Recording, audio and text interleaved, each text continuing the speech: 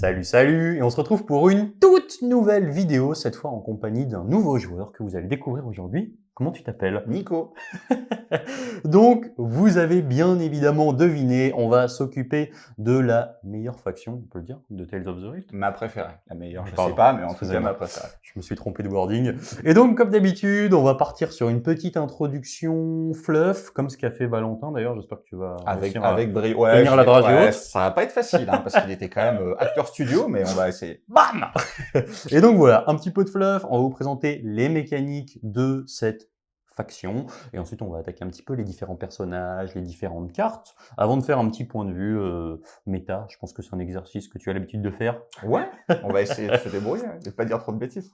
Donc cette fois, c'est parti. Est-ce que tu peux nous faire un petit topo sur qui sont ces personnages, d'où ils viennent, pourquoi ce sont eux les plus beaux, et qu'est-ce qu'ils ont de particulier? Alors, la maison Change Esprit, donc c'est une famille mage d'Antalion. En termes de fluff, c'est une famille qui, à l'inverse des Rouchans, était historiquement assez faible. Parce qu'en fait, chaque maison noble d'Antalion régit, on va dire, un aspect de la vie de la société sur cette île citée.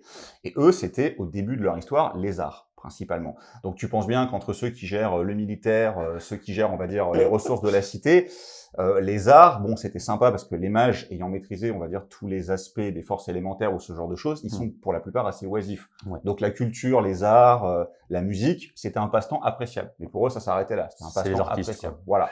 Donc ils étaient un peu traités par-dessus la jambe, jusqu'au moment où est arrivé à leur tête un nouveau patriarche qui s'appelle Marcosias, qui est un personnage qui est hyper important parce que toute la faction tourne beaucoup autour de lui. Parce que c'est un espèce de tyran égocentrique, mais il a fait beaucoup pour sa maison, dans le sens où quand la guerre avec les communs a commencé, lui, il avait réorienté, on va dire, sa maison en utilisant leur magie, donc principalement l'illusion, mais plus pour apporter, on va dire, une touche espionnage-assassinat. Ok. C'est pas non plus un enfant de cœur, quoi. Pas du tout. Et en fait, quand les Rouges Sangs se sont fracassés les dents sur les communs, lors de la première bataille, lui, il est allé voir le régent de la cité, et il lui a dit, écoute, en gros, vous nous prenez pour des guignols et des amuseurs publics depuis trop longtemps, mais voilà ce qu'on sait faire. Et il a commencé à infiltrer des espions au niveau des communs, etc., parce que l'émotion directrice des Change Esprit, c'est l'envie. Et en fait, il canalise cette émotion-là en se fixant des buts impossibles à atteindre. Voilà. Par exemple, Marcosias, son but, c'est de devenir le régent. Tant qu'il ne le sera pas, ses pouvoirs continueront à grandir. Ce qui fait que c'est aujourd'hui un des personnages les plus puissants à Antalion. Et donc, la plupart de ces guerriers se sont fixés des buts du style « moi, je vais être le héros qui va permettre de remporter la guerre ». Donc ça leur a quand même permis de bien développer leur pouvoir. Et donc ils se sont infiltrés dans les armées des communs pour commanditer des assassinats, pour démoraliser les troupes, pour obtenir des renseignements vitaux, etc. Donc l'impact militaire de la maison, qui était négligeable jusqu'à présent, a beaucoup changé pendant la guerre. Ils ont commencé à être considérés un peu avec plus de respect. Et quand est arrivé le pacte, c'est-à-dire le traité de paix de non-agression en fait, entre ce qu'allait devenir le Fortin et Antalion, Marcosias, il a repris les rênes de la négociation. Il s'est servi de ses pouvoirs mentaux pour projeter ses pensées dans la tête de ses adversaires pour que le pacte soit très favorable, non seulement à Antalion, mais surtout à sa maison. C'est-à-dire qu'en gros, ce qu'il a fait, c'est qu'il s'est signé des accords de commerce exclusifs avec la maison Change Esprit.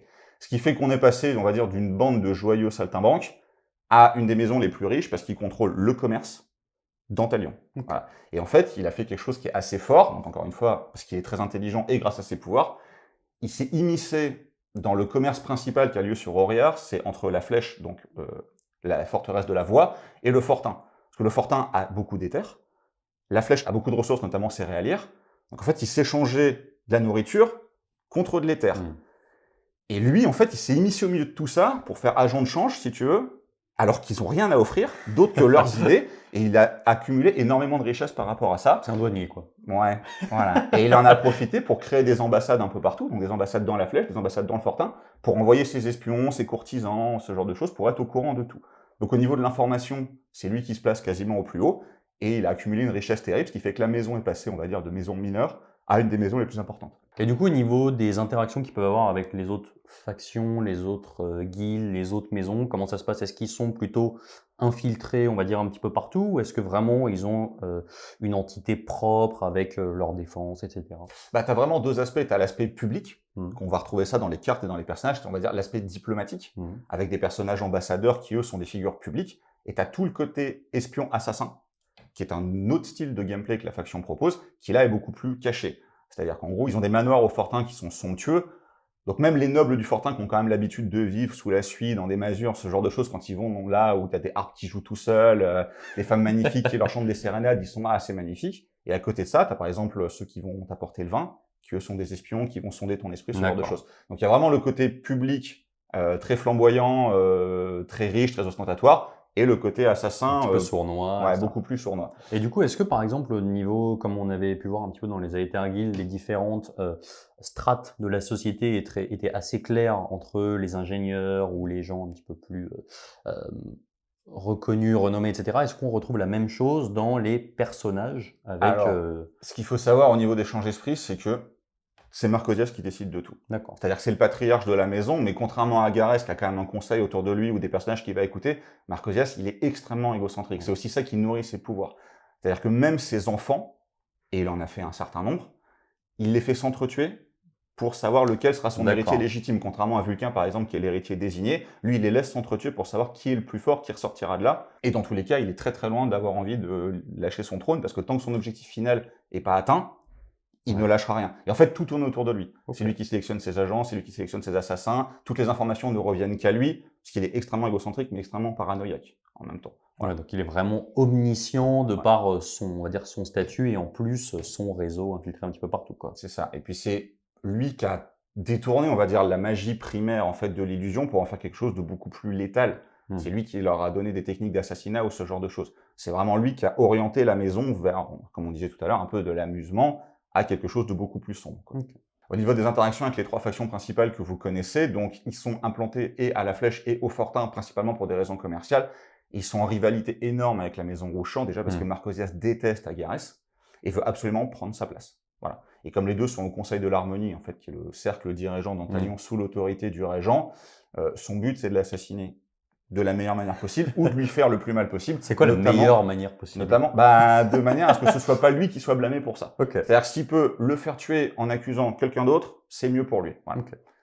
Et puis il doit y avoir une rivalité de par le fait que ça soit les deux seules maisons, on va dire, de magiciens par rapport aux autres qui ont des statuts un petit peu différents aussi, quoi. Oui, alors au sein des factions de départ, après vous verrez qu'il y aura quand même d'autres maisons qui viendront plus tard peut-être, de mages, mais pour l'instant c'est les deux seules familles effectivement d'Antalion, et il y a une grosse rivalité, et ça va se retrouver beaucoup en termes de règles, parce que les règles de l'un contre beaucoup les autres, voilà, mais effectivement, en fait, entre la maison noble sur le déclin, qui voit s'élever une maison de parvenus pour eux, oui, effectivement, ça fricte un petit peu, quoi. Ok.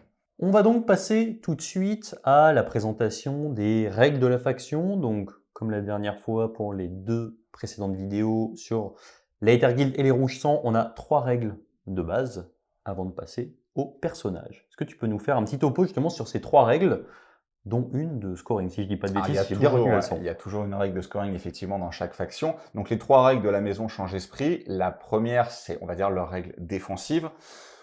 On va voir quand on va attaquer les châssis entre guillemets des personnages sur leur fiche de personnage, c'est des gens qui sont vraiment dans l'apparat et dans la représentation. Ou alors des assassins en armure légère qui doivent être furtifs. Donc il n'y a pas de grosses armures chez eux. Et comme ils sont pas très militarisés non plus, ils n'ont pas l'habitude, on va dire, de la rigueur des combats, c'est pas forcément des gens qui sont extrêmement endurants. Donc en fait, ils se protègent en projetant de multiples images d'eux-mêmes en permanence autour d'eux. Ce qui fait qu'ils sont compliqués à toucher et même à voir. Comment ça se traduit en termes de règles? Dès que vous allez subir un jet d'attaque, donc un jet d'attaque qui vient d'un personnage, un jet d'attaque qui vient d'une carte ou d'une domination, vous allez devoir relancer tous les jets réussis quand vous ciblez un membre de la faction Change Esprit.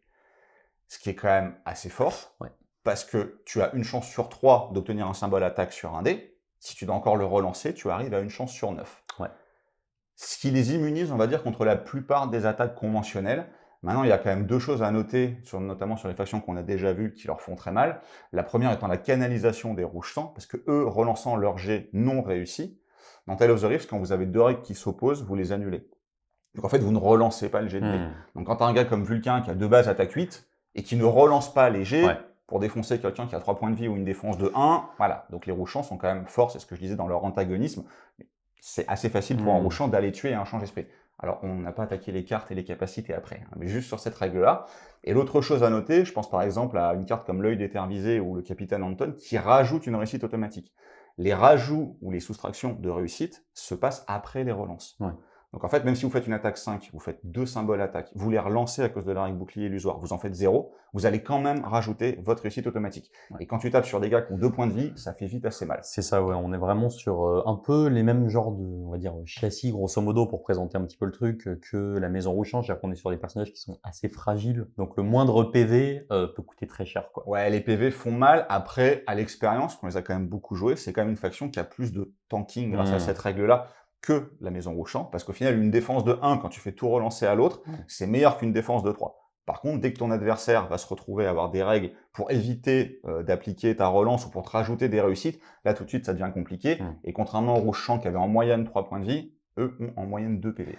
Donc effectivement, le moindre point de vie va faire mal. Mais cette règle, on va dire, les protège bien de la plupart des petites attaques conventionnelles, ce qui représente réellement le fleuve de je me suis projeté tout un tas de copies de moi-même autour de moi. Voilà.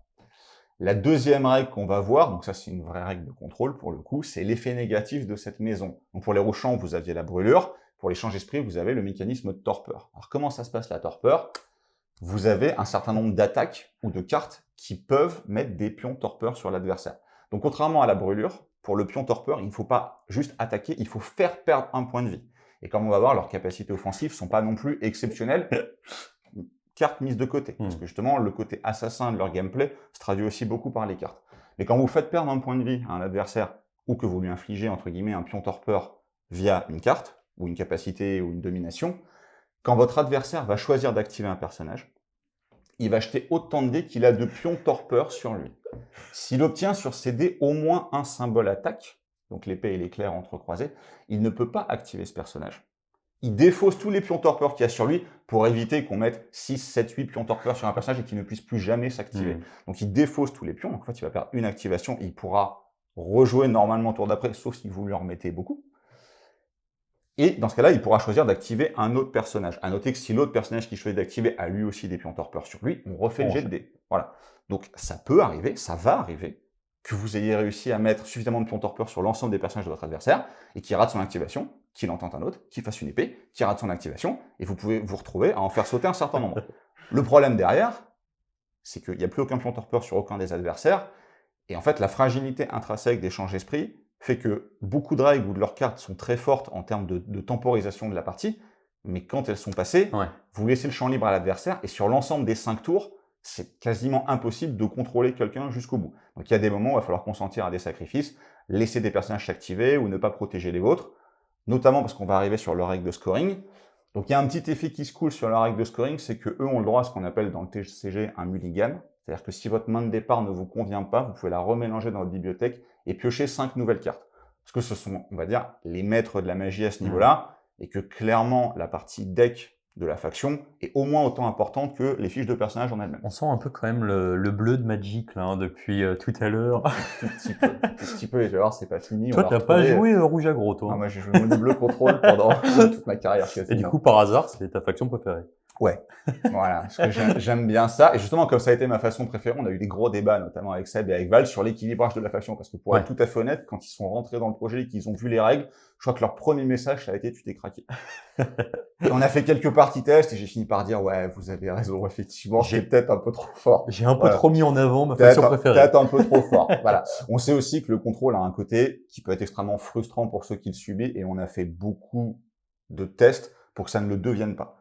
C'est-à-dire que tu vas passer peut-être un tour ou deux à totalement contrôler ton adversaire qui va commencer à bouillir, et puis après, tu n'as plus de ressources en fait. il a épongé toute la torpeur que tu as pu lui mettre, tu vas pas forcément te retrouver à avoir les bonnes cartes au bon moment, et tu te dis, bon, là, ça devient compliqué. À noter que ce n'est qu'une façon de jouer la faction.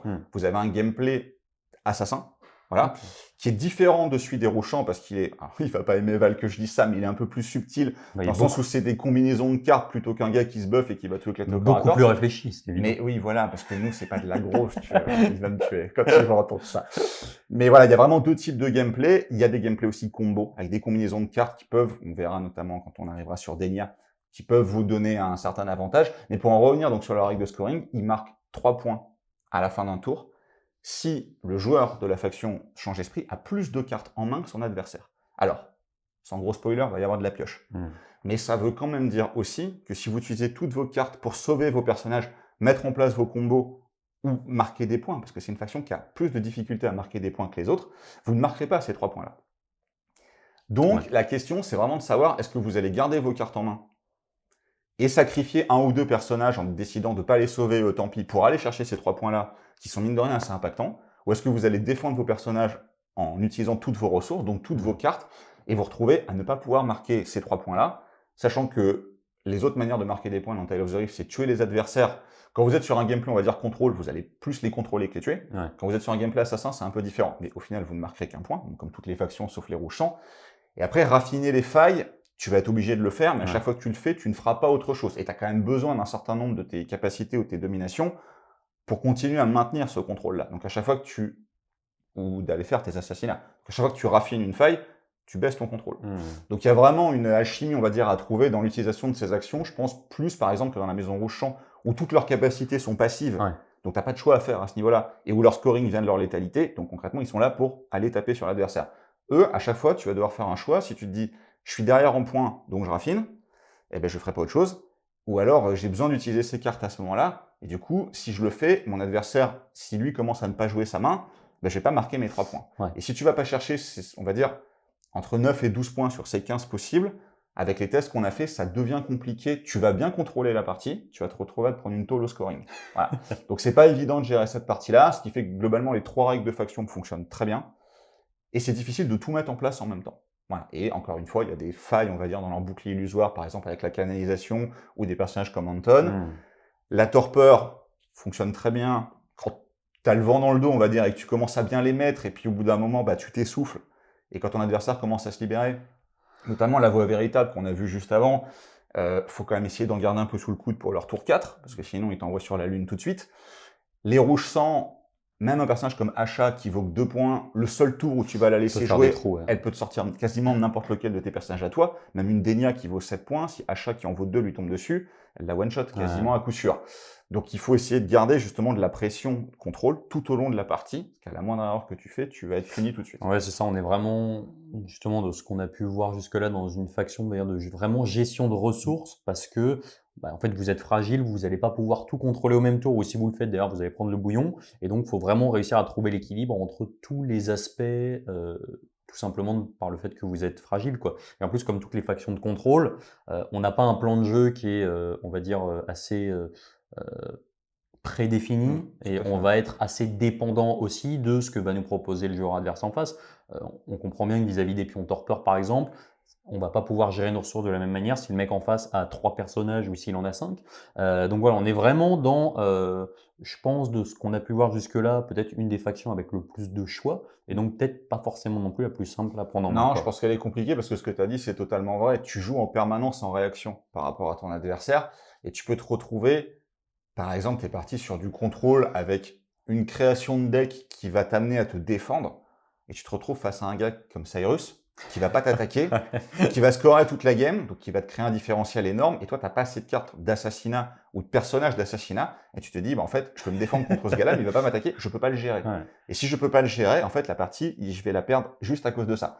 Donc, il faut vraiment faire des choix dans le deck, dans la coterie, peut-être encore plus que sur certaines autres factions, notamment au niveau des gameplays, parce que le pur contrôle, et c'est aussi pour ça qu'on a pas mal nerfé la faction, le pur contrôle, tu n'arriveras pas à le tenir sur les 5 tours. Il y a un moment où ça va craquer. Et donc, si tu n'as pas, on va dire, un peu de létalité quand même de ton côté ou un peu de scoring dans ton deck, mais à chaque fois que tu mets du scoring, tu t'enlèves des cartes de contrôle. Donc, il faut réussir à trouver le bon équilibre. C'est ça la grosse difficulté de cette faction-là, qui ne permet pas d'erreur. Et encore une fois, tu as vraiment besoin de jouer en réaction par rapport à ton adversaire, contrairement à la voix, qui elle a un gameplay très inexorable avec un plan de jeu extrêmement défini. Ouais. Et qui va te rouler dessus en fait progressivement sur l'ensemble des 5 tours. Toi, tu n'as pas ce type de gameplay. Oui, et puis ils ont un tempo qui est relativement imposé de par leurs règles de faction au fur et à mesure des 5 tours. Donc ils ont quand même des actions à privilégier, on va dire, en fonction du déroulement de la partie. Là où avec cette faction, vous allez avoir, en fait, vous allez être principalement dépendant de ce que fait le mec en face et non pas de votre plan de jeu prédéfini, parce qu'en fait, il n'y a pas vraiment. Forcément, vous avez des orientations à la création du deck, à la création de la coterie. On reviendra un petit peu plus tard, mais il y a plusieurs personnages qui sont très peu coûteux, contrairement à peut-être ce qu'on a pu voir précédemment. Donc, c'est encore des petits choix, des variables d'ajustement au niveau de la coterie que vous allez faire. Et donc, très clairement, ça va pas forcément être la plus simple à prendre en main dès le début, quoi. Non, ce que tu dis, c'est vrai aussi, c'est la faction qui a le plus de personnages à faible coût. C'est-à-dire que là, J'ai révisé, hein. on n'avait que les 6 personnages de départ, mais vous verrez quand les renforts d'échange d'esprit sortiront, il y a encore une fois un certain nombre de personnages à 2 points. Donc c'est la faction qui a le plus de facilité à créer des coteries de 6 ou 7 personnages, ce que les autres n'arrivent pas à faire. Voilà. Donc tu as assez souvent le contrôle de la carte via le nombre de personnages que tu as. Maintenant, comme tu as dit, pour la plupart, ils meurent quand même relativement facilement. C'est-à-dire que si tu arrives à les regarder dans les yeux, pas leurs illusions, mais eux, il y a des chances qu'ils fondent un peu, quoi. Voilà. Et ce qui est assez sympa du coup aussi vis-à-vis de l'alternance des activations, c'est que vu qu'a priori on est quand même sur une faction comme tu as dit qui va avoir un petit peu plus de personnages que votre adversaire, alors ça va être exacerbé le tour où vous allez jouer en deuxième, mais vous allez avoir potentiellement un peu d'ajustement à la fin du tour pour jouer un petit peu tout seul et prévoir votre plan de jeu éventuellement sur le tour d'après, parce que votre adversaire aura potentiellement, non pas parce que vous avez tué des personnages, mais juste parce qu'il en aura moins, vous allez avoir un petit peu d'action tout seul pour préparer le tour suivant, quoi. C'est vrai qu'en général, encore une fois, tu subis les actions de ton adversaire. Tu vas, sauf si la partie se passe vraiment très mal et que tu t'es fait laver tes personnages, tu vas peu souvent être le joueur actif. Tu vas peu souvent aussi pouvoir choisir soit d'être le joueur actif, soit choisir ton côté, ce qui est encore plus important pour eux, parce qu'en général, tu es en surnombre, sauf sur certaines compositions très élitistes. Et donc, c'est ton adversaire qui aura le fameux bonus de +1 pour choisir son côté ou choisir d'être le joueur actif. Donc, encore une fois, tu es quand même beaucoup en réaction. Ça va se retrouver au niveau de leurs cartes. C'est la faction qui a le plus de cartes de réaction. C'est-à-dire les éphémères, oui, il y en a un. Voilà. Les éphémères de Magic, c'est-à-dire des cartes qui vont se jouer en réaction à une action de l'adversaire. Contrairement à la voix, qui a plus de la moitié de ses cartes qui se jouent en début de tour, donc tu as peu de surprises, en fait, tout est posé sur la table. Eux ont énormément de cartes de réaction ou de cartes de fin d'activation. Voilà. Contrairement, par exemple, aux Rouchans qui en ont beaucoup au début, eux, ils en ont plus à la fin. Donc tu peux jouer d'abord, faire tes 2-3 petits pièges, et après, mettre ton dernier petit coup sur ton adversaire. On retrouve un petit peu ce petit côté imprévisible de la faction. Hein. Ah, j'ai oublié. Voilà. Et donc, notamment, ils ont des blagues classiques capables de renvoyer des attaques ou de dire t'es sûr de rater ta torpeur ce coup-ci ou ce genre de choses. On verra les cartes tout à l'heure. Donc après avoir présenté les différentes règles de faction, nous allons nous attaquer aux personnages en commençant par un petit topo histoire du perso avant d'attaquer vraiment les règles de chacun d'entre eux. Nous allons donc commencer évidemment par Denia. Alors, Denia, c'est la fille de Marcosias. On va dire la seule qui est légitime, c'est-à-dire la seule qui vient de son union officielle. Sachant que Marcosias, c'est quand même un coureur de jupons. Alors, ce qu'il faut savoir avec Marcosias, on verra le personnage un jour, parce qu'il arrivera avec les renforts, lui, mais il a la capacité de prendre la forme et le corps qu'il veut. Donc, il a fait des enfants avec des nobles, hommes et femmes. Donc, il a égrené quand même un certain nombre d'enfants. Mais Denia, c'est la seule officielle. Donc logiquement, selon les lois d'Antalion, ça devrait être l'héritière. Et notez qu'il n'y a pas de rituel chez les Rouges Sangs, parce que son premier-né est une femme. Lui, clairement, il s'en moque de ce genre de choses. Tu vois. De manière globale, il se moque pas mal des lois, et on verra peut-être un jour sa fiche de personnage, il se moque aussi pas mal des règles. Mais c'est pas pour ça que ça va devenir son héritière légitime. Et en fait, le jeu qu'il a lancé à l'intégralité de ses rejetons, c'est à la fin, il n'en restera qu'un, et c'est lui qui prendra ma succession si un jour je vous la laisse. Voilà. Donc Denia a quand même eu l'avantage d'être formée dès le début par les meilleurs tuteurs de la maison Change Esprit, un peu la même histoire que Vulcain. Seulement, elle embrasse vraiment ça, alors que Vulcain, il est plus esprit de liberté. Elle s'est dit, ok, je suis mieux formée que les autres, je suis quand même plus âgée, donc plus puissante. On m'a demandé de les tuer, je vais les tuer. Donc en fait, elle traque tous les enfants illégitimes de Marcosias. Certains se cachent, justement pour lui échapper, alors que d'autres, parce que les Change Esprit ont quand même un côté « c'est moi le plus fort, m'as-tu vu ?» ils passent leur temps à dire « je suis fils de Marcosias » et assez souvent, Denia leur tombe dessus. À côté de ça, c'est la princesse capricieuse, archétypale, classique, qui pousse son temps à faire des gueulantes, qui aime bien s'habiller en robe de bal, qui est extrêmement confiante, mais qui maîtrise quand même vraiment très bien sa magie aussi. C'est une sadique, c'est une chasseuse, voilà. Et on va retrouver dans son kit de cartes, et notamment dans ses règles et dans ses capacités, justement tout son côté morgue et son côté « la meilleure c'est moi » et je vais vous le prouver. Donc on va passer tout de suite à la présentation du personnage. Donc c'est un personnage qui vaut 7 points, c'est le plus cher de cette faction. Donc elle n'est pas du niveau de Vulcain Eric, mais non, elle est un tout petit peu en dessous. Petit peu en dessous, mais elle est quand même particulièrement intéressante. Donc on est sur un personnage qui, disons-le, ne tape pas spécialement très très fort, donc 3 d'attaque de contact, 5 d'attaque à distance pour une portée 10, donc pour toutes les attaques à distance, on va retrouver à peu près la même portée exactement que les Aether Guild, hein, c'est-à-dire 10 de portée, et les attaques des personnages de la faction infligent tous des Les attaques de torpeur, alors à noter, comme tu l'as dit tout à l'heure, c'est pas juste le fait d'attaquer, c'est le fait d'infliger des blessures. Ouais, c'est ça, il faut enlever un point de vie, parce que si ça avait été juste à l'attaque, ça aurait été trop fort. Ouais. Voilà, ça, même moi, sur le premier draft des règles de la T'as pas faction, osé j'avais pas osé ça. Voilà. Donc il faut enlever un point de vie, et effectivement, comme tu as dit, son attaque de 3 au corps à corps, son attaque de 5 à distance, c'est pas si facile que ça Ouais. d'enlever un point de vie. C'est-à-dire, même sur de l'Etherguild avec leur défense moyenne de 5, en termes de proba, tu fais pas de point de Ouais. vie. Je te parle même pas de la voix et leur défense de 10 de série. Heureusement qu'il y a des cartes. Hein. Ouais, heureusement qu'il y a des cartes, clairement. Donc au niveau du châssis du personnage en lui-même, on est sur 6 de mouvement, donc exactement ce qu'on retrouvait côté Elterguild. 1 de défense. Oui, parce que la robe de balle, c'est la sauvegarde de t-shirt, quoi. Voilà, t'es pas vraiment non plus Donc là on est pour être vraiment très sur armuré. du tank là, du Oui, tank ah oui. avec des bons appuis et 3 points de vie. Donc bah, ça c'est ce qu'on retrouve un petit peu côté rouge sang, hein, c'est-à-dire des mages grosso modo. Elle a une capacité qui est assez intéressante, qui est qu'à la fin de son activation, elle peut bouger un personnage ennemi, donc de sa valeur de déplacement. Donc on a parlé pas mal. Ça veut dire plein de possibilités. Ça veut dire ramener un personnage en mousse du genre un Cyrus ou un petit Kevan. Ouais. Ça veut dire virer un personnage relou, genre un Vulcain ou un Eric, ou peu importe, histoire on va dire, les mettre à distance, casser leur propre ligne de vue, et aussi casser des auras. Donc on a vu en Netherguild, il y en a 2 qui sont relativement évidentes.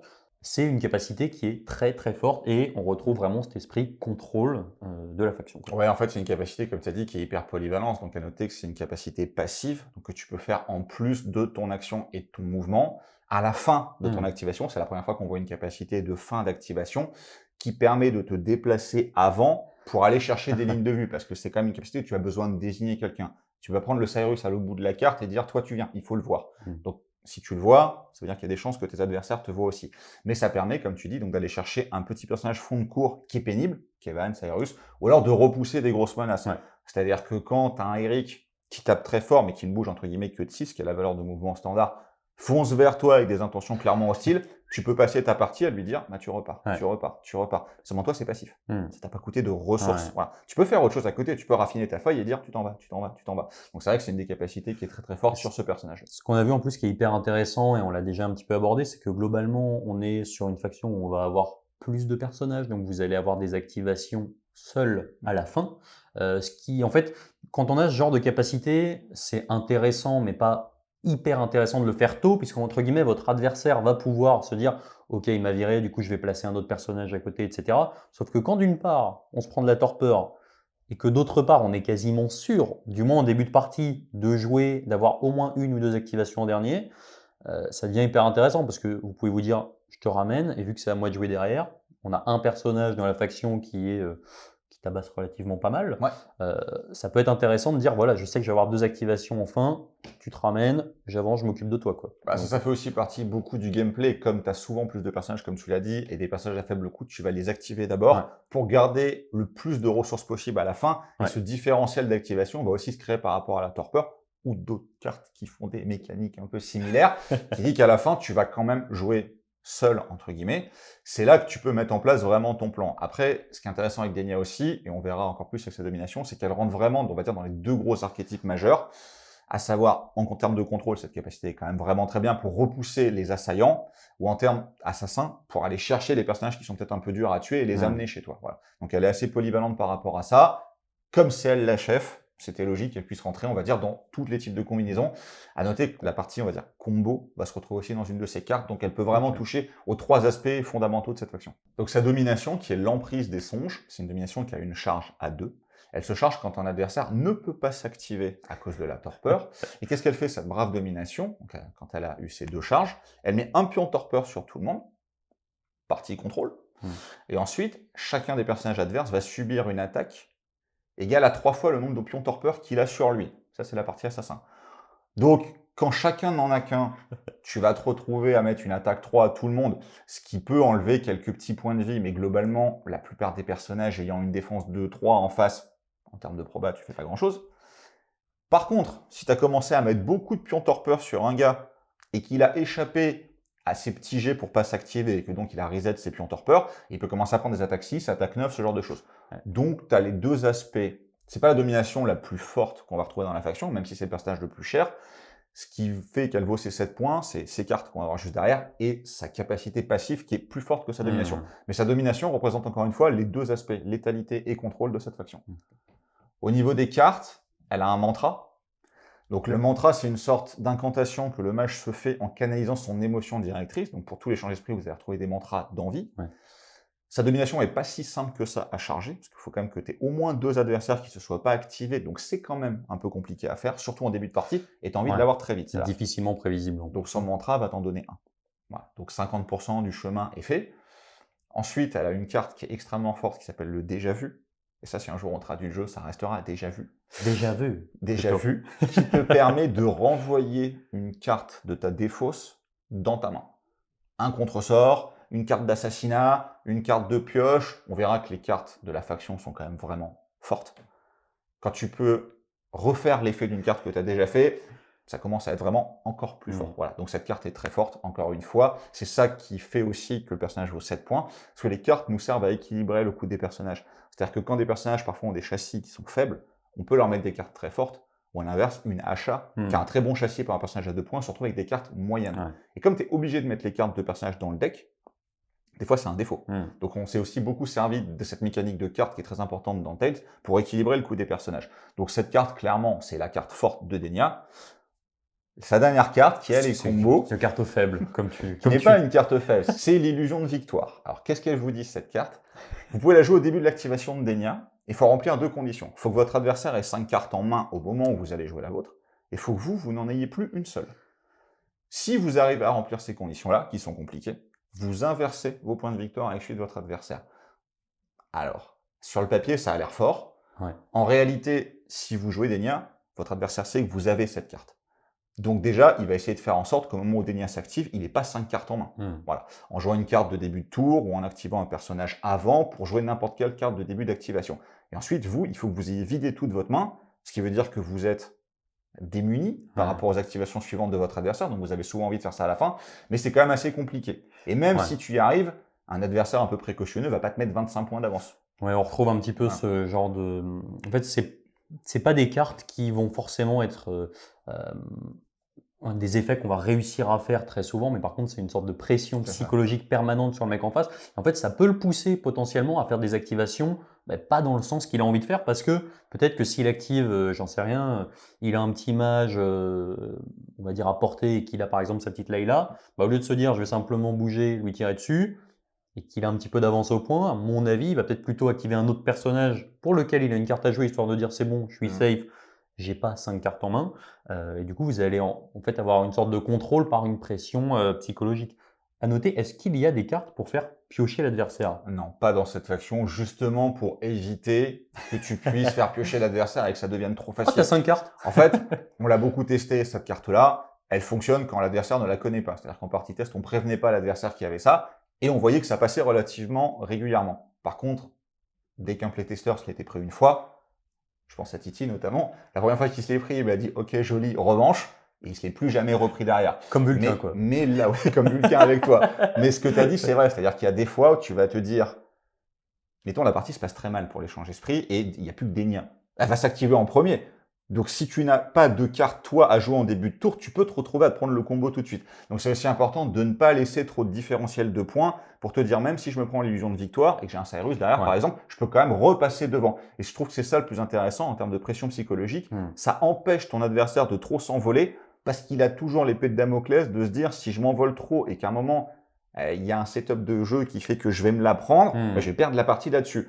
Donc, en fait, ça évite plus à l'adversaire de créer un trop gros différentiel. C'est l'intérêt principal de cette carte. Mais c'est hyper intéressant, en fait, ce genre de mécanique dans certains jeux, justement, qui, en fait, vous pousse à ne pas forcément faire l'action qui serait la plus optique pour vous, parce qu'il y aurait un plan de jeu assez clair et prédéfini. Et en fait, vous allez plutôt agir de sorte à ce que, ok, pour moi, c'est peut-être pas incroyable, mais ça fait tellement chier le mec en face que en moyenne, c'est mieux. Gameplay, hein.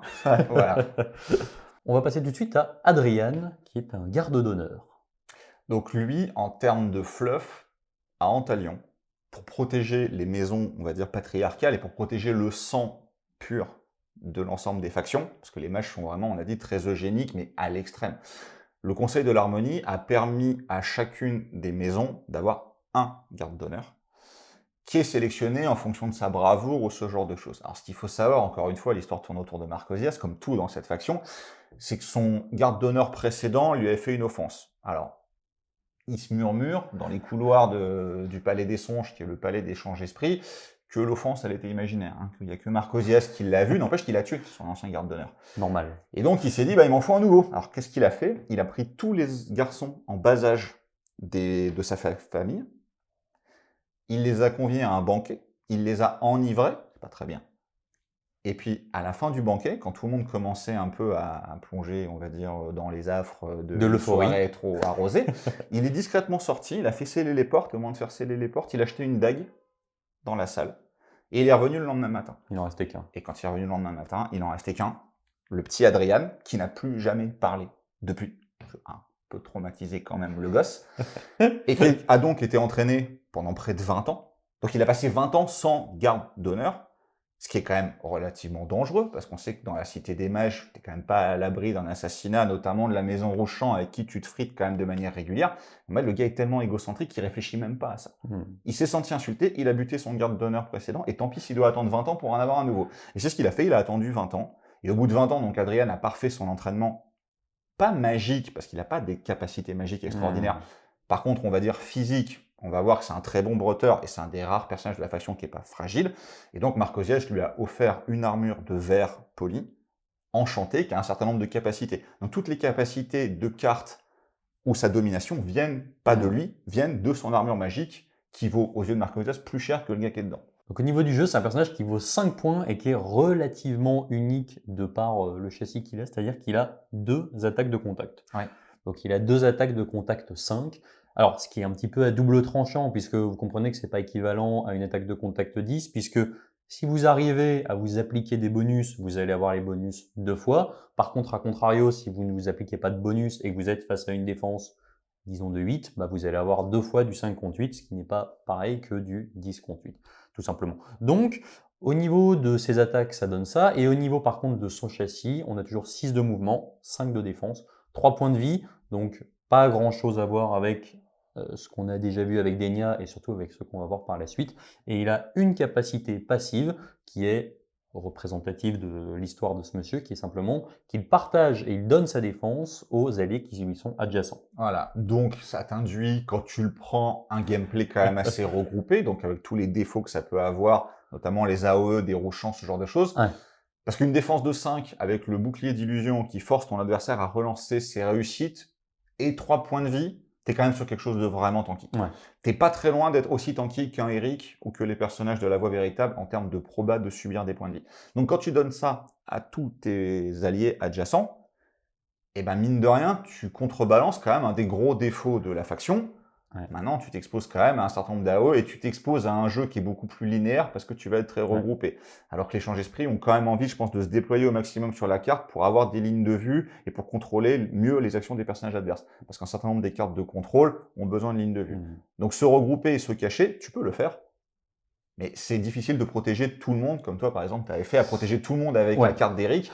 Là, tu as envie, je pense, d'essayer de protéger tout le monde autour de ce gars-là, mais en général, tu vas plutôt protéger un personnage. Donc si Denia est là, tu vas essayer de la protéger elle, ou ce qu'on verra derrière.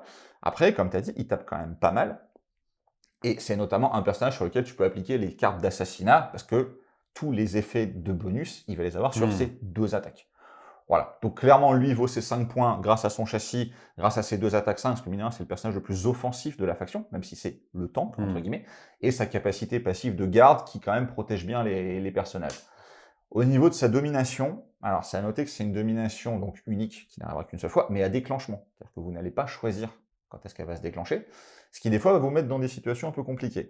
Elle se déclenche, c'est l'armure en fait qui veut ça, c'est un enchantement de l'armure, il faut 5 points de charge, et vous gagnez un point de charge quand il obtient un symbole armure sur un jet de dés. Donc déjà, c'est conditionné au fait que l'adversaire ait envie de l'attaquer. Alors s'il protège tout le monde, en général, l'adversaire a envie de l'attaquer. Par contre, s'il protège un seul personnage, type Denia, autant aller directement taper sur Denia, vu que les deux ont 3 points de vie, une défense de 5. Donc parfois, l'adversaire ne l'attaquera pas. Donc elle n'est pas forcément si facile que ça à charger. Quand tu as réussi à la charger, elle se déclenche immédiatement à partir du moment où tu obtiens ton 5e point de charge, et tu vas inverser la position de 2 personnages. Il y a des fois où tu es très content de le faire. Au hasard, avec Aureliane, qu'on verra tout à l'heure, qui a tendance à se balader chez l'adversaire, t'inverses et tu ramènes lui qui a quand même pas les mêmes capacités de combat que ce brave Aurélien. Par contre, des fois, tu es très content que tous tes personnages soient placés là. Lui, il est au milieu de la mêlée, entouré de tout le monde, et envoyer un autre à sa place, type un Bérot, parce que c'est pas Diana que tu vas envoyer, ou Denia. Pas incroyable. T'envoies ton Bérot et tu te dis, bon, toi, t'es mort, en fait. Voilà, t'as été sacrifié pour ça. Donc, la domination n'est pas exceptionnelle, mais elle permet quand même un certain nombre de tricks en jeu, voilà, qui peuvent parfois être un avantage pour le joueur change d'esprit, et qui parfois, plus rarement, mais parfois peuvent être un inconvénient aussi, parce que tu te retrouves envoyé au charbon un gars que t'as pas envie forcément de mettre. Ouais, c'est pour ça qu'on est vraiment dans une faction, on va dire, de choix et d'anticipation, parce que vous savez que si vous êtes contre un adversaire qui va vous forcer en fait, à déclencher cette domination, mais il ne faut pas se retrouver complètement à brûle-pourpoint paumé à avoir un personnage à donner gratos, quoi. Donc, effectivement. Après, au niveau de ses cartes, donc encore une fois, des effets magiques qui viennent de son armure. La première, c'est le revers miroir. C'est une carte qui se joue en réaction après qu'Adrian ait perdu un point de vie et qui va infliger à l'adversaire autant de points de vie qu'il lui en a mis. Donc, à noter que s'il est mort, vous ne pouvez plus lancer la carte. Voilà. Parce que quand un personnage meurt, vous défaussez immédiatement ses cartes. Donc, comme il a 3 PV, au maximum, Ça fait 2. La carte va en renvoyer 2. Voilà. Donc, c'est pas trop fort. Voilà. Quand il se prend un Vulcain gonflé aux hormones, il implose. Donc, dans tous les cas, il renverra pas ses 3 points de vie. Mais ce qui peut arriver de mieux, effectivement, c'est d'être à 3 points de vie, de se prendre un petit tir de Leila, d'en perdre 2 et de lui dire tiens, t'en perdras 2 aussi. Voilà. Il a une autre carte qui, elle, est plus défensive, qui s'appelle la tromperie du miroir. C'est une carte qui va être attachée à lui, qui dit que la prochaine attaque qu'il va subir, il va l'ignorer tout de suite. Contre des coteries ou des factions qui ont par exemple un seul personnage qui est là pour taper, ça peut être fort. Voilà. Par contre, par exemple, contre du rouge champ, tu vas t'activer, tu vas subir ta brûlure, c'est une attaque qui ne fera absolument rien, mais tu vas défausser la carte là-dessus. Par contre, si tu te retrouves face à Cyrus, Sarah, Eric, à moins que Cyrus vienne te mettre son attaque 1, c'est un coup d'Eric dont tu vas te prémunir, et ça fait quand même plaisir de ne pas se prendre une attaque 10. Donc la carte est situationnelle, mais elle est quand même bien en défense. Et sa dernière carte d'attaque, donc celle-là, c'est l'éclat de miroir. C'est une attaque de contact 5 en zone d'effet 2 à la fin de son activation. C'est la seule attaque à zone d'effet de la faction avec la domination de Denia qui touche tout le monde, mais qui n'est pas une attaque à zone d'effet. Ça sert surtout pour nettoyer de l'innombrable ou pour aller faire des petits dégâts sur, par exemple, un couple au hasard, Sarah Cyrus qui serait caché derrière une faille ou ce genre de choses.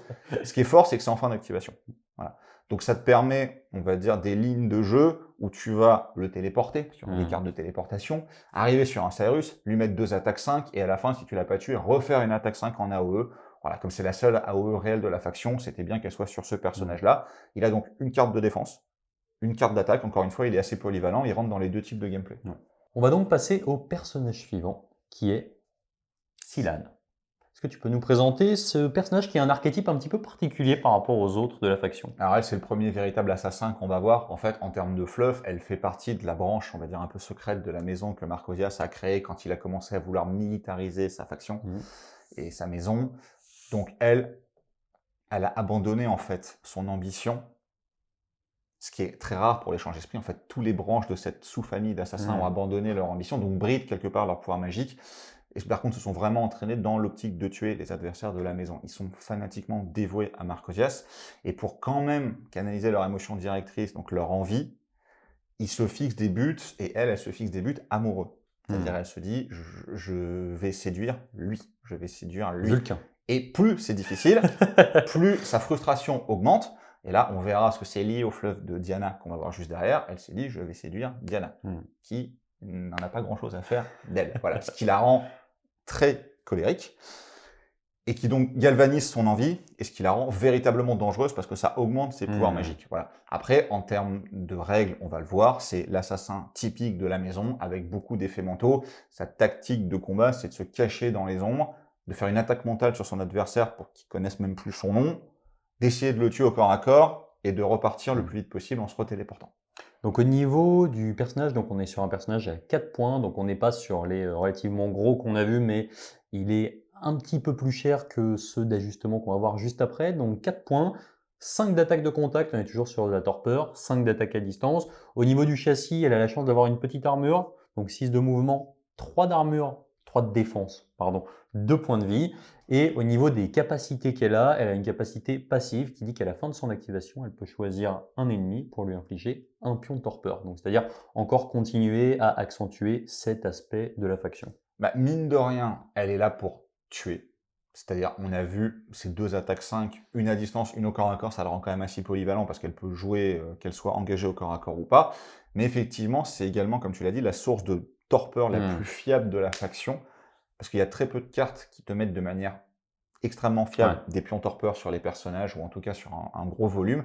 Elle va te mettre systématiquement, en général sur sa cible à elle, Ouais. parce qu'elle n'a pas non plus la létalité pour tuer quelqu'un en un tour, à moins d'être vraiment buffé avec les cartes qu'on verra peut-être tout à l'heure. Donc elle a besoin en fait de tomber sur une cible en général fragile, Qui ne bouge plus. et si possible qui ne bouge pas. Voilà, comme ça pour aller chercher un Cyrus ou un Kevin, elle est parfaite pour ça. Elle n'est pas faite pour s'attaquer à un Vulcain ou à un Eric. Voilà, enfin, clairement pas. Et même sur les persos de la voix avec leur tanking monstrueux, elle va avoir du mal sans buff à faire quelque chose. Mais en fait, encore une fois, elle est polyvalente. Et c'est ça qui est appréciable dans cette faction, c'est que même si elle c'est clairement un assassin, tu peux aussi la jouer dans une faction plus contrôle parce que sa capacité lui donne une sorte de torpeur et parce que sa domination est clairement contrôle pour le coup. Sa domination, donc il lui faut 5 points de charge pour l'acquérir, elle se charge quand un adversaire va jouer une carte. Donc ça va dépendre du bon vouloir de votre adversaire. Après, logiquement, il a quand même envie de jouer ses cartes. Parce que dans Tales, jouer des cartes, c'est important. S'il reste à 5, ça nous va. Hein. Par contre, il peut très bien décider d'en jouer 4 et de ne pas jouer la 5e tout de suite pour empêcher sa domination, qui pour le coup est très forte, qui dit que votre adversaire ne peut plus jouer de cartes ce tour-ci. Donc dans un monde où tout se passe bien, tu l'actives elle d'abord, t'empêches l'adversaire de jouer ses cartes, il n'a pas réussi à jouer de cartes avant, et après tu arrives sur Denia et tu fais sa petite illusion de victoire. Il y a aussi un combo entre ces deux personnages-là. Mais de manière quand même globale, quand ton adversaire ne peut plus jouer de cartes, pour toi c'est quand même beaucoup plus serein, parce que tu sais qu'il n'y aura pas de buff, tu sais qu'il n'y aura pas ce genre de choses, donc tu as toutes les informations dans ta tête, notamment tes cartes en main, tes cartes de contre ou tes cartes de gestion, et tu sais exactement ce que ton adversaire peut faire, parce que tout est posé sur la table. Donc clairement, cette domination est très forte.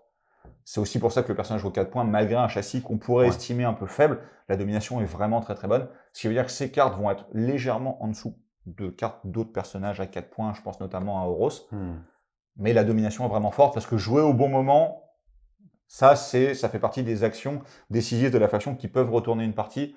Si tu arrives à l'activer par exemple au 3e tour, qui est un tour assez charnière, elle en premier, et que tu empêches l'adversaire de jouer des cartes, tu te mets quand même bien. Oui, puis ce qui est super intéressant, c'est qu'elle joue un petit peu sur tous les tableaux, en fait. Hein, donc elle doit rentrer, a priori, en tout cas, dans les différents archétypes de la liste. Il y a le côté assassin, il y a le côté contrôle de par la torpeur et l'ulti. Hein. Et donc en plus, avec ses cartes, effectivement, c'est un personnage qui est assez, peut-être un petit peu plus polyvalent, en tout cas, que les autres, quoi.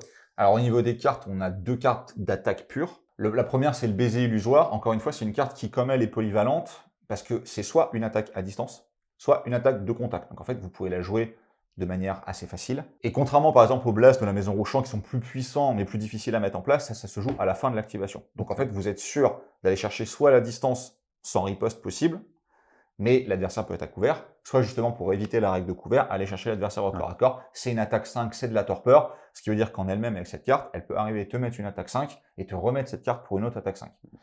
Après, il y a le duel d'esprit. Ça, c'est plus une carte de combo, donc celle-là n'est qu'une attaque à distance. Mais c'est une attaque égale au nombre de cartes dans votre main. Donc, ça peut monter assez haut, parce que vous avez des cartes de pioche.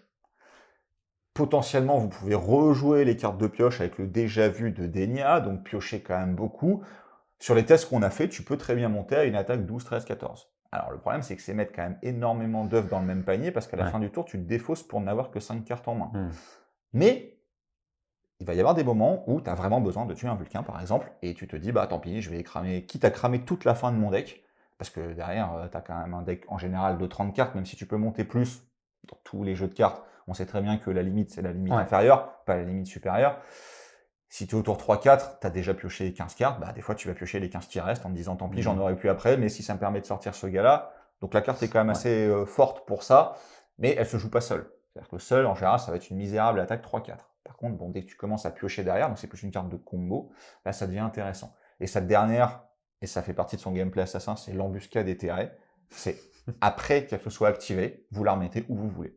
Donc elle peut vraiment s'exposer, commit totalement, balancer toutes ses cartes, tout donner et dire à la fin salut, je vais me replacer là alors que j'étais là-bas. Voilà. Ça la rend vraiment très polyvalente. À côté de Dorian au hasard, histoire d'être tranquille. Par exemple. Nous allons donc passer maintenant à la harpiste préférée de tout Tales, hein, je pense. La mienne en tout cas. Qui est Diana.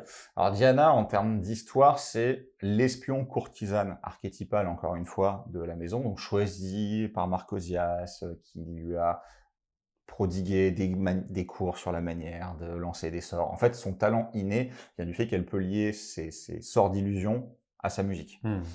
Donc, quand elle joue de la musique douce, elle va, on va dire, plonger son adversaire dans une douce rêverie et lui implanter des suggestions mentales qui vont favoriser l'avenir de la maison ou au contraire glaner des informations.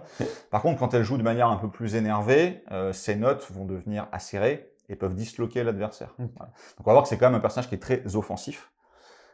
Par contre, là où l'histoire rejoint donc celle de la maison Rouchamp, c'est que c'est elle qui a été envoyée pour séduire Oros. Okay. Et c'est elle qui a réellement été séduite par Oros. Quand Marcosias a découvert ça, ça lui a pas du tout plu. Donc il l'a enfermé au fin fond de son palais. Il a envoyé Scyllane, qu'on a vu juste avant, pour venger cet affront et pour tuer Oros, comme Scyllane en plus avait jeté son dévolu sur Diana. Elle s'est dit très bien, je fais d'une pierre deux coups. Diana a découvert ça, s'est enfuie du palais pour aller prévenir son amant. Okay. Voilà, c'est aussi pour ça qu'elle part dans les rocs brisés, en robe de bal, parce que ça reste une illusionniste qui se balade en robe de bal, ce qui explique son châssis en fait assez faible en défense. Donc on est sur un personnage là qui vaut 3 points, donc relativement faible par rapport à, en points, je veux dire relativement peu cher par rapport à tout ce qu'on a pu voir sur les différentes factions précédentes. On a 1 d'attaque de contact, donc clairement Ah bah, le coup de harpe. elle n'est pas faite pour ça. 5 d'attaque à distance, donc ça on retrouve ça sur les autres personnages de la faction. Au niveau du châssis, on a 6 de mouvement, 1 de défense et 2 points de vie. Donc de la mousse complète. Ouais, alors elle va en fait se cacher. Il y a 2 aspects sur le personnage. Clairement, elle a un châssis type létalité, mais c'est sa capacité qui lui apporte le contrôle. Sa capacité dit qu'au moment où vous allez la placer, donc au déploiement, avant le premier tour, vous allez placer un pion miroir, parce qu'en fait elle a un petit artefact, qui est un miroir qui peut prendre différentes tailles et apparaître là où elle le souhaite. Et en fait, elle pourra être considérée, pendant son activation à elle, comme étant sur ce pion miroir. Ce qui va lui permettre d'attaquer à distance avec des angles de ligne de vue qu'elle n'aurait pas pu avoir, et qui donc lui permet de rester caché bien à couvert, en mettant le miroir à l'opposé et de quadriller une grosse partie du plateau de jeu. Et ça permet aussi de se donner à soi, en tant que joueur de la faction, des lignes de vue sur l'ensemble des cartes qui vont les nécessiter, sans avoir à exposer d'autres personnages. À noter que la case où elle va placer ce pion miroir va devenir une case obstruée. Donc ça a aussi un effet contrôle des déplacements de l'adversaire sur le terrain, parce que tu ne peux pas la mettre sur une case de bordure. Parce que ça aurait été trop fort. Avoue que dans la V1, tu voulais. Ah, au début, oui. Par contre, tu peux interdire un peu la faille centrale, ou tu peux agrandir des zones qui vont bloquer les lignes de vue, ou ce genre de choses. Donc il y a vraiment un double effet qui se coule en fait sur ce pion-là, lui permettant, elle, d'attaquer à distance sans s'exposer, te permettant de jouer les cartes de faction, encore une fois, sans t'exposer, et gênant un peu le mouvement de l'adversaire. Voilà. C'est cette capacité-là la plus forte en fait sur le personnage, et c'est ça qui explique ces 3 points. Après, sa domination, elle est assez particulière, parce qu'en fait, elle a 3 cartes d'attaque qui représentent sa sérénade musicale. Chacune des cartes ne peut être jouée comme une symphonie, en fait, que si tu as joué la carte d'avant. Donc la première est une attaque 3, la deuxième est une attaque 5, et la dernière, le grand final, est une attaque 10. Donc concrètement, à moins d'avoir un peu de chance ou de piocher beaucoup, c'est pas si évident que ça de les avoir dans le bon sens dans ta main, et assez souvent, ce qui arrive, c'est que tu te retrouves avec l'attaque 10, l'attaque 5, et t'as jamais l'attaque 3 qui arrive. Et là, t'es quand même un peu malheureux. Sa domination, qui nécessite 2 points de charge, et qui se charge quand elle marque des points de victoire, donc quand elle tue quelqu'un, ou quand elle s'expose pour aller raffiner, te dit que tu vas aller chercher tes 3 cartes, et comme c'est des cartes qui se jouent en fin d'activation, tu vas les jouer direct derrière.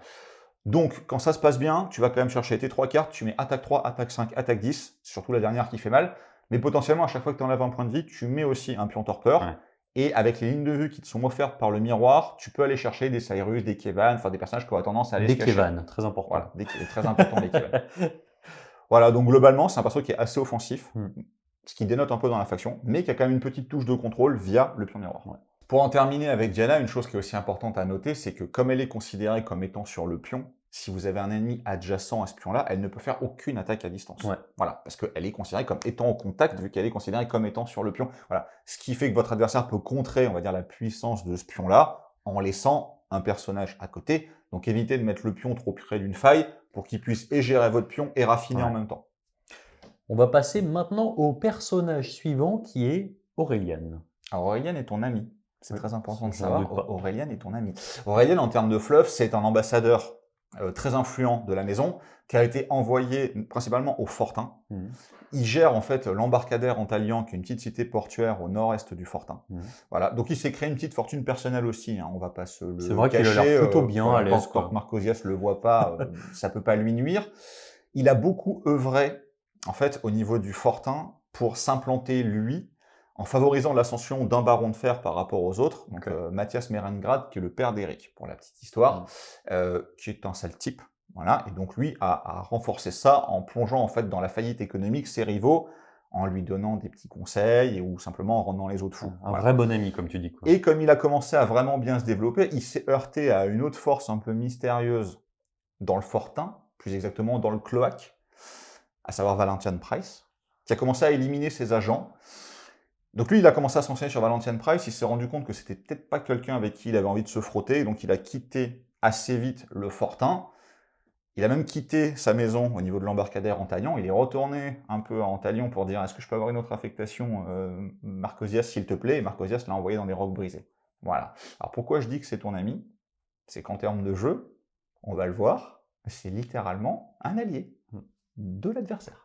Exactement. Donc on est déjà sur un personnage qui vaut 2 points. Donc pour l'instant, c'est la seule faction où vous allez voir les 2 prochains personnages. On a 2 personnages qui sont à 2 points. Au niveau du châssis, on n'est clairement pas sur ni d'attaque, ni du tanking. On a une attaque de contact de valeur 3 et on a à côté de ça un châssis assez faible avec 6 de mouvement, 1 de défense, 2 points de vie.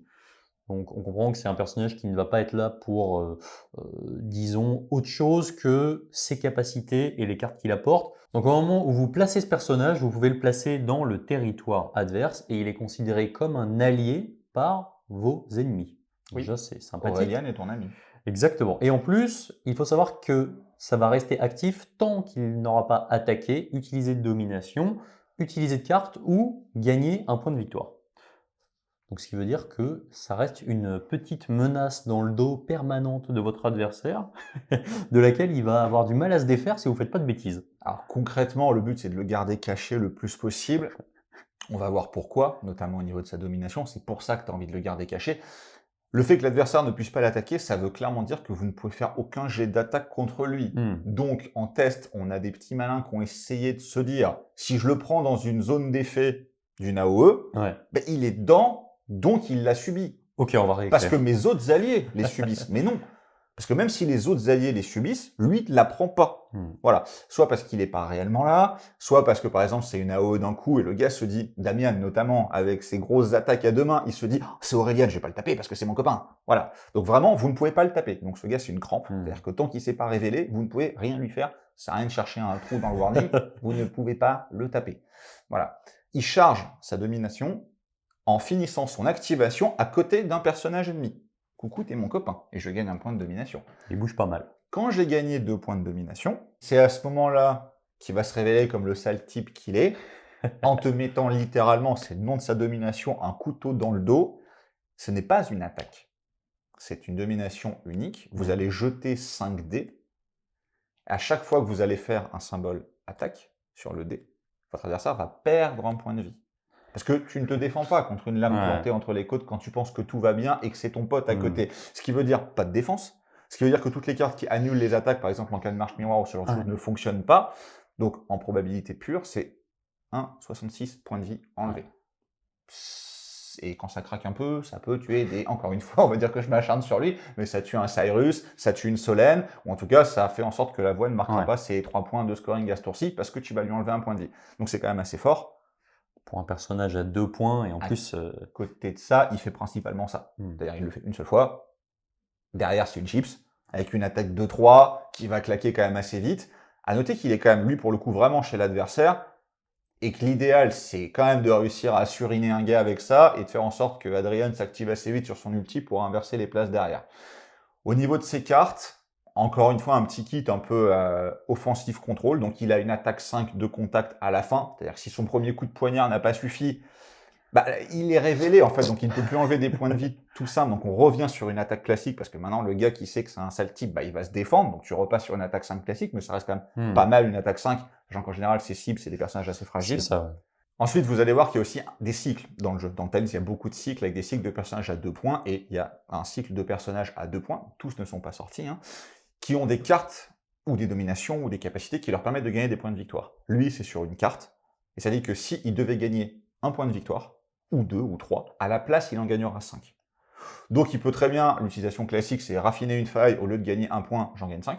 C'est quand même assez sympathique, hein, c'est presque un coup de Cyrus.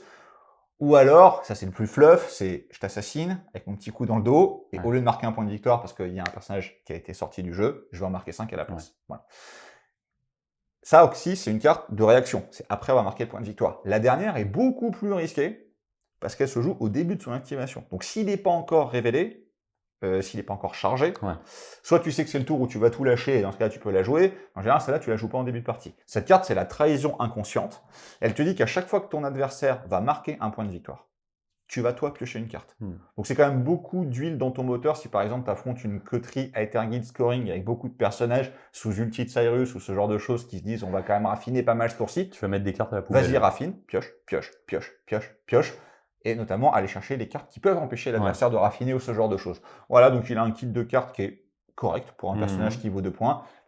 Il est principalement là pour sa demi, qui va faire une fois et mourir derrière. Mais s'il arrive à embarquer au moins un personnage adverse, dans tous les cas, ce sera rentabilisé. Pour 2 points, ça reste bien. Voilà. Et du coup, d'un point de vue, c'est une vraie question, du coup, on peut l'utiliser comme un bloquant, lui, couplé au miroir, par exemple? Ah bah, c'est un allié pour tes adversaires qui ne peuvent pas le traverser. Ouais. Et lui, par contre, peut aller sur des cases de bordure. Ouais. Donc oui, effectivement, c'est vraiment la Ouais. crampe. Hein. C'est-à-dire que, à part les rouchants qu'il a un peu du mal à suivre, parce que les rouchants bougent de 8 et lui Ouais. bouge de 6, les gros ploplos de la voie hein, qui bougent de 4, tu peux les suivre pendant toute la partie tranquillement. Coucou, coucou, Ouais, tu jusqu'au bloques le moment où chemin. tu décides de les assassiner. Donc oui, effectivement, tu peux aussi t'en servir pour bloquer une faille ou bloquer un bord de carte ou ce genre de choses. Parce que tant que tu ne t'es pas révélé, on peut pas te taper. On va donc passer maintenant au papy de la bande, le Bérot, le doyen, comme son nom l'indique. Alors lui, c'est un laborieux, parce que tous les changes esprits ne sont pas des génies, hein, c'est-à-dire qu'il est né avec pas beaucoup de pouvoir, donc pas beaucoup d'ambition, ce qui a fait un cercle, on va dire, non vertueux, parce que du coup, bah, comme il aspirait pas à grand-chose, il n'a pas renforcé son envie, du coup, il n'a pas gagné plus de pouvoir, du coup, il pouvait plus aspirer à grand-chose. Mais c'est ça qui a plu à Marcosias, parce que c'est-à-dire qu'au milieu de tous ces égocentriques, voilà, il s'est dit bon, s'il y en a un qui veut pas faire grand-chose, bah, on va le prendre et on va lui confier le rôle d'archiviste et notamment de chroniqueur de moi, parce qu'au final la maison c'est moi, c'est Marcosias. Voilà, donc ce gars est principalement là pour chroniquer la vie de Marcosias et de Denia, qui est sa descendante officielle pour l'instant, et il fait toutes les bases besognes, voilà, d'archivage, etc. Donc il s'est instruit au cours de sa longue vie, ce qui veut dire qu'il a appris à maîtriser quelques petits sortilèges, qu'il maîtrise plutôt bien, donc il a une palette de sorts qui le rend intéressant, sans rien avoir d'exceptionnel, mais il sait faire plusieurs petites choses, et voilà, c'est le petit mentor que tu es quand même content d'avoir, parce qu'il tempère un peu avec de la sagesse, ce genre de choses. C'est un interlocuteur, par exemple, que le fortin ou la voix aiment bien, parce que contrairement à tous les autres, m'as-tu vu, hey, regarde, c'est moi, lui, il est humble. Voilà, et un change d'esprit humble, il n'y en a pas beaucoup. Donc au niveau du jeu, c'est un personnage à 2 points, comme j'ai dit précédemment. Il a, on est sur du Cyrus niveau attaque, une attaque de contact 1, donc très très faible, 6 de mouvement, 1 de défense, 2 points de vie, et il a une capacité qui est très intéressante, qui est de pouvoir piocher une carte.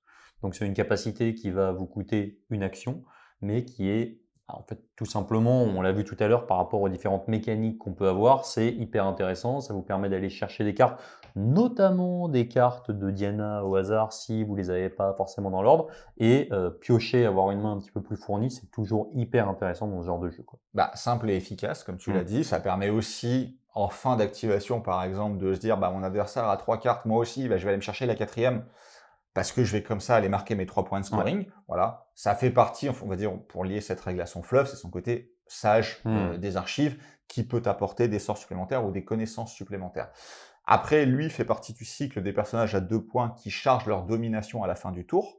Donc sa domination arrivera à la fin du tour 3, type Clayton Tucker ou Asha, qui se charge aussi de la même manière. À noter que lui, dans ses 3 cartes, tu as un mantra dans le jeu. Voilà, donc lui pourra lâcher ça au tour 2. Sa domination, pour le coup, est assez forte parce qu'elle te dit que la taille limite de la main de ton adversaire est réduite à 3 cartes. C'est fort pour 2 raisons. Déjà parce que beaucoup moins d'options pour lui. Donc toi, tu as tes 5 cartes, voire plus ta 6e qui pourrait te donner, parce que c'est une domination persistante. Donc elle fonctionne tant qu'il est toujours en vie. Donc tu as 5-6 cartes pour gérer les 3 cartes de l'adversaire. Ça met un ratio quand même largement en ta faveur. Et tu scores quand même assez de manière fiable, du coup, ton fameux maître archiviste avec les 3 points de règle de scoring de la faction. Parce que tu te dis, je peux quand même me permettre de jouer 1 ou 2 cartes. Même si mon adversaire décide d'en jouer aucune, je vais quand même aller chercher mes 3 points. Voilà. Donc cette domination est quand même assez forte. Après, elle est quand même portée sur un perso qui a vraiment zéro tanking et qui doit à chaque fois faire son choix entre raffiner, parce que concrètement, il n'est pas là pour ses capacités offensives. Donc ses choix, c'est est-ce que je raffine? Est-ce que je pioche une carte? Ouais. Pendant les 2 premiers tours, globalement, ça va être ça. Au tour 3 ou au tour 2, si j'ai eu mon mantra, est-ce que je lâche ma domination? Mais si je lâche ma domination, je ne pioche pas, etc. Ce genre de choses.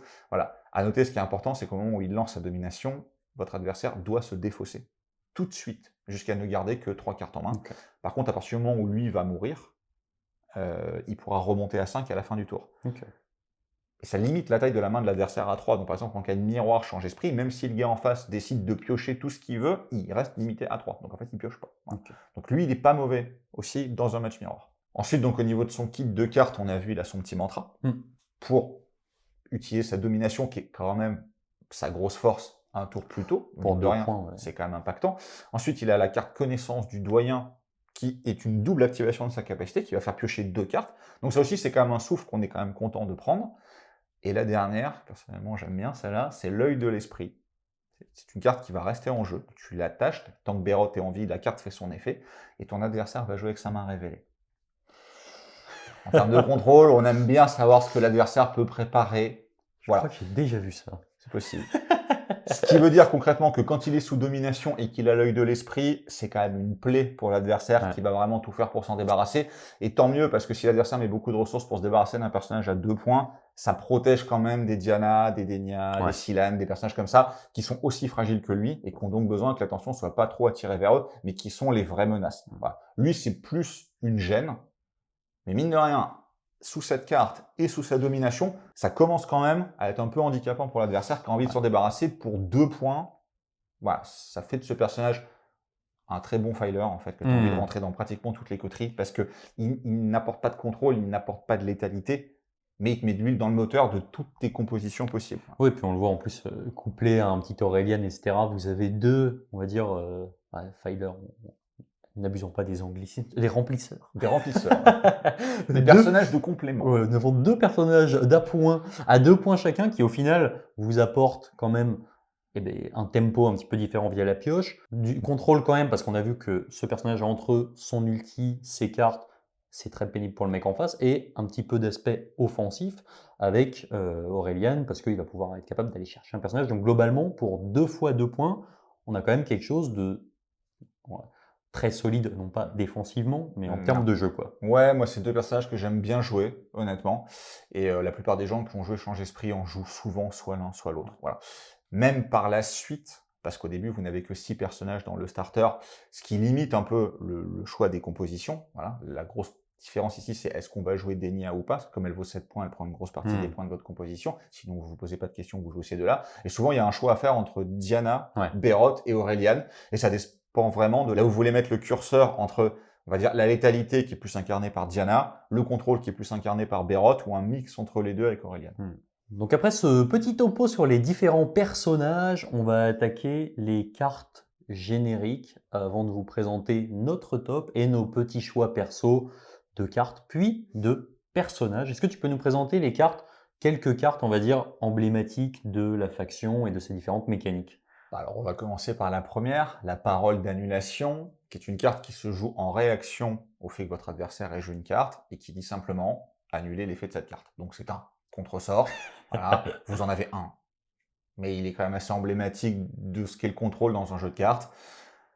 C'est assez fort, voilà, très honnêtement. À noter qu'avec le déjà vu de Denia, potentiellement, vous pouvez en avoir un deuxième. Quand vous remontez la parole d'annulation avec le déjà vu, votre adversaire commence à être dans une situation où il a quasiment plus envie de jouer aucune carte parce qu'il sait très bien que la première vraiment impactante va être contrée. Ça permet de bloquer les combos de l'adversaire. Je pense notamment à un mécène des Etherguild sur Cyrus qui doublerait les points de victoire, qui marquerait, comme vous avez fait le calcul la dernière fois, lui permet de marquer 16 points de victoire. Ouais. C'est un différentiel dont tu ne te remets pas quand tu joues Change Esprit. Donc c'est bien d'avoir ce genre d'outil pour éviter les combos ou les trop gros buffs, par exemple, de ton adversaire, pour aller chercher les petites améliorations, notamment l'œil des terres visées ou la lame d'avant-bras rétractable sur les Terguild qui te fait extrêmement mal sur ton tanking, en tout cas sur ton bouclier illusoire. Tu as besoin d'avoir des moyens de gérer ce type de carte. Donc c'est pour ça que ce contre-sort est là. Et puis de toute manière, c'est un clin d'œil qui était évident et qui était obligatoire, un hommage à la carte bleue emblématique de Magic. Ensuite, on va plus rentrer dans le côté assassinat. On va faire contrôle, assassinat. Là, on va parler de la porte illusoire. La porte illusoire, c'est une carte qui se joue en début d'activation d'un de nos personnages et qui dit simplement remettez-le où vous voulez. Donc il y a plusieurs utilités. Ça permet de protéger un de nos personnages qui serait dans une situation un peu compliquée, ou ça permet d'envoyer des Silan, des Adrian, par exemple, pour aller et tenter de tuer un adversaire. Il y a quand même des combinaisons qui sont marrantes avec Silan, c'est de l'envoyer au contact comme ça, et après de se servir de son embuscade éthérée pour te la renvoyer chez toi. Ou alors avec un petit Aurelian qui aurait réussi à se charger, mais au moment où il peut faire son petit coup de couteau dans le dos, ton adversaire joue avant le personnage que tu as envie d'assassiner et l'envoie loin. Je pense notamment à un Kevin qui bouge de 8, quand toi tu bouges de 6, tu te dis « Ah zut, je peux pas le rattraper ». Porte illusoire, donc carte jouée au début de son activation, il se révèle, mais il fait son assassinat tout de suite derrière. Donc, encore une fois, une carte très polyvalente, offensivement ou défensivement, que j'aime bien inclure dans les decks. Ensuite, on va revenir sur du contrôle, avec le labyrinthe de l'esprit, qui est une carte de désignation, donc tu dois voir ton adversaire, et ça dit, il va prendre 3 pions torpeur. Donc, en termes de stats purs, lui, il ne s'activera pas au prochain tour. Voilà. Et ça fait aussi partie des combos offensifs que tu peux mettre en place avec Denia, en disant, juste avant de lâcher ma domination, je vais mettre 3 pions sur lui, je vais lui en mettre une avec ma domination, il va prendre une attaque 12. Donc là, il s'activera peut-être pas, mais parce qu'il sera mort. Ouais, surtout en plus avec les lignes de vue supplémentaires qu'on peut aller chercher via les miroirs, etc. Effectivement. Voilà. Donc ça, c'est une carte qui te fiabilise la règle de torpeur. Ensuite, on va revenir dans l'assassinat. On avait dit qu'il n'y avait pas énormément de buffs. Par exemple, la Maison Rouge Sang a 7 ou 8 buffs. Alors, certains sont conditionnels, mais en général, c'est du plus 3. Voilà. Si l'adversaire vaut plus de points que toi, si l'adversaire vaut moins de points que toi, sur une attaque de corps à corps, etc. Là, vous en avez beaucoup moins. Ils sont conditionnels aussi, parce que l'assassin mental te dit que si tu attaques quelqu'un qui a déjà utilisé sa domination, par contre, le buff est assez sympathique, parce que tu gagnes plus 10 en attaque. Donc, sur Adrian, au hasard, tu passes de 2 attaques 5 à 2 attaques 15. Donc l'adversaire qui sait que tu peux jouer ça, va quand même réfléchir à l'ordre de séquençage de ses dominations, parce qu'encore une fois, un petit Kevin qui se dit « c'est bon, j'ai mis ma cloque, entre guillemets, brûlure, venez me chercher », bah, porte illusoire, ou même pas, hein, t'arrives avec ça et boum, voilà. Mort. Donc, encore une fois, ça dépend de comment votre adversaire va jouer ses personnages, mais il sait que la carte est potentiellement présente chez vous. Du coup, il fait attention à la manière dont tu utilises ces dominations. Tu les lances pas dès que tu peux, ce que tu as quand même tendance à faire d'habitude, en te disant, bon sang, s'il a ça dans sa main, un peu compliqué. Ensuite, on a la fracture mentale. Alors, c'est une carte qui est très situationnelle. En fait, elle fait défausser toutes les cartes mises de côté. Donc, par exemple, contre les rouges champs, il y a peu de cartes mises de côté. Par contre, contre la voie véritable, que vous avez vu avant, tous ces sigils, c'est-à-dire 50% de ces cartes, plus un certain nombre de cartes très impactantes aussi, comme la mur de la foi ou ce type de cartes, sont posées. Voilà. Donc faire défausser tout ça, ça lui fait mal. Faire défausser l'œil des terres visées, les harnais AME14, ce genre de choses, d'une Leila qui se sent bien, qui se dit c'est bon, je me suis bien équipé, je vais pouvoir aller taper, elle repère tout, c'est quand même assez fort. Donc ça, c'est une carte qui est réellement défensive, ou parfois offensive aussi, parce que la voie, on a vu, il y a un certain nombre de sigils très défensifs. Les faire défausser tous avant d'aller faire justement ton combo d'exécution et d'assassinat, bah, ça va l'empêcher de se protéger avec des sigils de résilience ou ce genre de choses. Donc encore une fois, très polyvalente, celle-là je l'aime beaucoup. Et la dernière que je vais vous présenter, c'est la faille illusoire, donc ça spécial Cyrus. En fait, elle te dit que quand un personnage devait raffiner un pion faille, qu'elle ne fonctionne pas sur la faille centrale, non seulement elle ne gagne pas de points de victoire, parce qu'en fait c'est pas une faille, c'est un piège magique, il subit une attaque 5, et vous redéplacez le pion faille en général pour le ramener chez vous. Voilà. Donc c'est très polyvalent, parce que si vous avez du contrôle map avec la gestion du pion faille que vous avez tendance à avoir envie de ramener, sur une attaque 5, ça peut potentiellement tuer un Cyrus ou un petit personnage de raffinage, et ça empêche l'adversaire aussi de marquer, en général, un point de victoire, mais contre les Terngil, un peu plus. Donc c'est une carte qui est plus forte contre les Terngil que contre d'autres factions, mais même une Solène, ou même chez nous, un Bérot, qui pourrait se dire, bah, ce coup-ci je vais pas piocher, je vais raffiner, bah, l'attaque 5 lui fait jamais plaisir, et mine de rien, il a gâché son activation aussi. Ouais, puis surtout qu'en plus, les petits personnages qui raffinent, c'est pas forcément des trucs qui ont, on va dire, vocation à se retrouver au cac. Tu tires la faille d'un côté, tu utilises un autre passif pour pousser le personnage un peu plus loin, il se retrouve, c'est ça. il se retrouve à 15 de sa faille, tu vas passer un petit peu de temps avant d'aller la raffiner, quoi. Donc on a vu, voilà, on va dire un patchwork des cartes emblématiques de la faction, avec du contre-sort, des cartes de létalité pure pour aller faire des assassinats ciblés, ce genre de choses, et encore une fois, pas mal de tricks et de mouvements. Donc je vais vous présenter, moi, mes 3 cartes favorites. Donc on va commencer par la première, Image Fuyante. Elle est assez simple. Immédiatement après que un de vos personnages ait subi une attaque, vous pouvez simplement dire que l'attaque est annulée et vous déplacez votre personnage. Donc ça, c'est, bon, je pense que c'est assez explicite pour, voilà, pour comprendre la force de cette carte. De base, vous avez des personnages qui sont très fragiles, Vous pouvez être soumis à des personnages adverses qui ont beaucoup de mouvements et beaucoup de force de frappe. Donc quand vous dites sur une activation au hasard d'un Vulcain, voire d'un Eric, peu importe, ou même sur du match miroir, hein, ça peut aussi arriver, mais en fait, le mec en face va simplement perdre son activation sur un de ses personnages forts, quoi. L'existence de cette carte oblige l'adversaire à pas tout commit, en fait. Mmh. C'est-à-dire que, vu la défense que tu as, en fait, via le bouclier illusoire, l'adversaire peut avoir tendance à se dire: «Je vais multiplier les buffs sur mon personnage pour être sûr de le sortir». Ouais. Et c'est vrai que si tu lui mets ça derrière, c'est compliqué. Et encore une fois, tu parlais de pression psychologique, mais c'est clairement ça. L'adversaire connaîtra les cartes Ouais. de la faction Change-Esprit, c'est que tu peux potentiellement l'avoir dans le deck, en général, ça là, tu l'as, c'est que tu l'as potentiellement dans ta main, et donc va peut-être jouer différemment. Et comme tu l'as dit, cette carte se joue après l'attaque. C'est-à-dire que si concrètement il fait un misérable 1 symbole, bah, au pire tu te dis bah, c'est pas grave, je vais perdre un point de vie, Je la garde pour je plus vais tard. tenter ma défense, je la garde pour Ouais. la fois où ce sera vraiment impactant. La deuxième carte, c'est la grande tromperie qui se joue au début de l'activation d'un allié et qui vous permet simplement d'inverser la position de deux personnages alliés. Donc on retrouve ces mécaniques qui sont tantôt de TP, tantôt d'inversion de personnages, qui vont vous permettre parfois de mettre des personnages à l'abri, parfois de projeter des personnages pour anticiper un assassinat ou quelque chose de plus offensif. Et c'est une mécanique qu'on a retrouvé pas mal pour l'instant sur cette faction. Bah, c'est l'ulti d'Adrian en fait, mais en contrôlé parce que tu sais quand est-ce que tu vas le faire. Et typiquement quand tu as Aurelian chez l'adversaire, coucou, je suis ton ami, mais tu te dis au T3, parce que c'est là que tu vas charger ta Ouais. domination, au T3, il se sera enfui ou ce sera trop tard, tu peux très bien décider d'inverser tout de suite la position et par exemple d'envoyer Adrian, encore une Ouais. fois, parce que lui cogne quand même vraiment pas mal au corps à corps pour aller taper dès le début. Hmm. Donc c'est une carte qui est quand même assez offensive, ou comme tu l'as dit, qui peut être défensive Ouais. pour venir se planquer à l'inverse, quoi. La dernière carte, c'est la forme brumeuse qui se joue au début de l'activation d'un allié. Donc c'est assez simple. Jusqu'à la fin du tour, vous allez gagner le vol et plus 3 au mouvement. Donc, comme d'habitude, c'est des cartes de mouvement qui vont vous permettre aussi de dépasser les cases obstruées. On a vu que sur les différents personnages qu'on a vu de la faction, il n'y a aucun qui vole. Donc avoir le vol pour déjà éviter les cases obstruées que vous allez mettre, les faux personnages alliés pour l'ennemi et les décors naturels de la table, on comprend que c'est évidemment fort sur des personnages soit pour aller chercher des lignes de vue, soit pour tout simplement aller tabasser, puisque vous avez 6 de mouvement. Grosso modo, de base, les adversaires vont avoir une base de 4, 6 ou 8. Ça vous permet à coup sûr d'aller les rattraper si besoin. Ouais, ou t'enfuir à l'inverse, si t'es un peu enfermé dans un coin de la table, tu peux très bien prendre ta forme brumeuse et courir à travers ton décor pour venir te cacher. Ah non, moi je Moi, quand TP. j'utilise, c'est plus comme ça.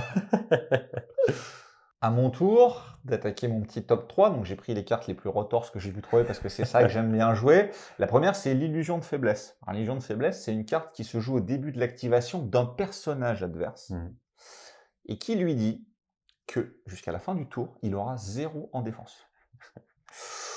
Alors, au début, c'était une carte qui se jouait à notre tour à nous, et on disait, lui, il a 0 en défense, donc il mourrait tout de suite derrière, c'était trop fort. Donc en fait, maintenant, ça laisse la possibilité à l'adversaire de se dire, ok, j'ai 0 en défense, est-ce que je vais quand même faire ce que j'ai prévu de faire et d'aller attaquer, ou est-ce que comme je sais que je vais mourir derrière ce coup-ci à coup sûr, je vais me planquer derrière, voilà.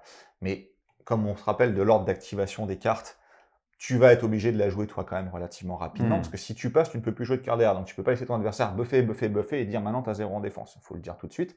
Et par exemple, un Vulcain qui va se lancer son plus 5 attaques, tu lui dis bah maintenant tu as 0 en défense, qu'est-ce que tu fais? Tu viens me chercher quand même, sachant que derrière, tu n'en réchapperas pas, tu le sais, ou alors du coup est-ce que tu te caches, tu perds mine de rien ton activation, et tu perds aussi la carte que tu as utilisée pour te booster. Donc j'aime vraiment beaucoup cette carte, qui fait quand même partie clairement des coteries, on va dire, type assassin. Mais même dans une coterie contrôle, ça peut empêcher un gars qui est là pour taper de venir te taper. Donc elle est quand même assez polyvalente. L'autre que j'aime bien, parce qu'en fait, elle explose tellement la tête de l'adversaire qui n'a pas l'habitude de jouer là-dessus, c'est l'enchantement du monde miroir. L'enchantement du monde miroir va te dire que c'est une carte qui se lance en début de tour, et pendant tout le tour, les valeurs d'attaque et de défense de tous les personnages sont inversées. C'est-à-dire que tu te retrouves, par exemple, face à un Vulcain qui a une fantastique défense de 8, mais qui a 3 d'attaque. Ouais. Tu te retrouves face à des gars de la voix qui vont tous taper des gars 10, mais qui vont se retrouver avec défense 1, ou défense 2, ou défense 3. Voilà, donc ça change complètement le rapport de force. Toi, si c'est une carte que tu joues, tu sais jouer là-dessous, tu t'es entraîné, l'adversaire beaucoup moins. Donc il est dans un moment où il se dit « Ah, ça change vraiment tout ». À noter, quand on inverse comme ça des valeurs de caractéristiques, on prend la meilleure.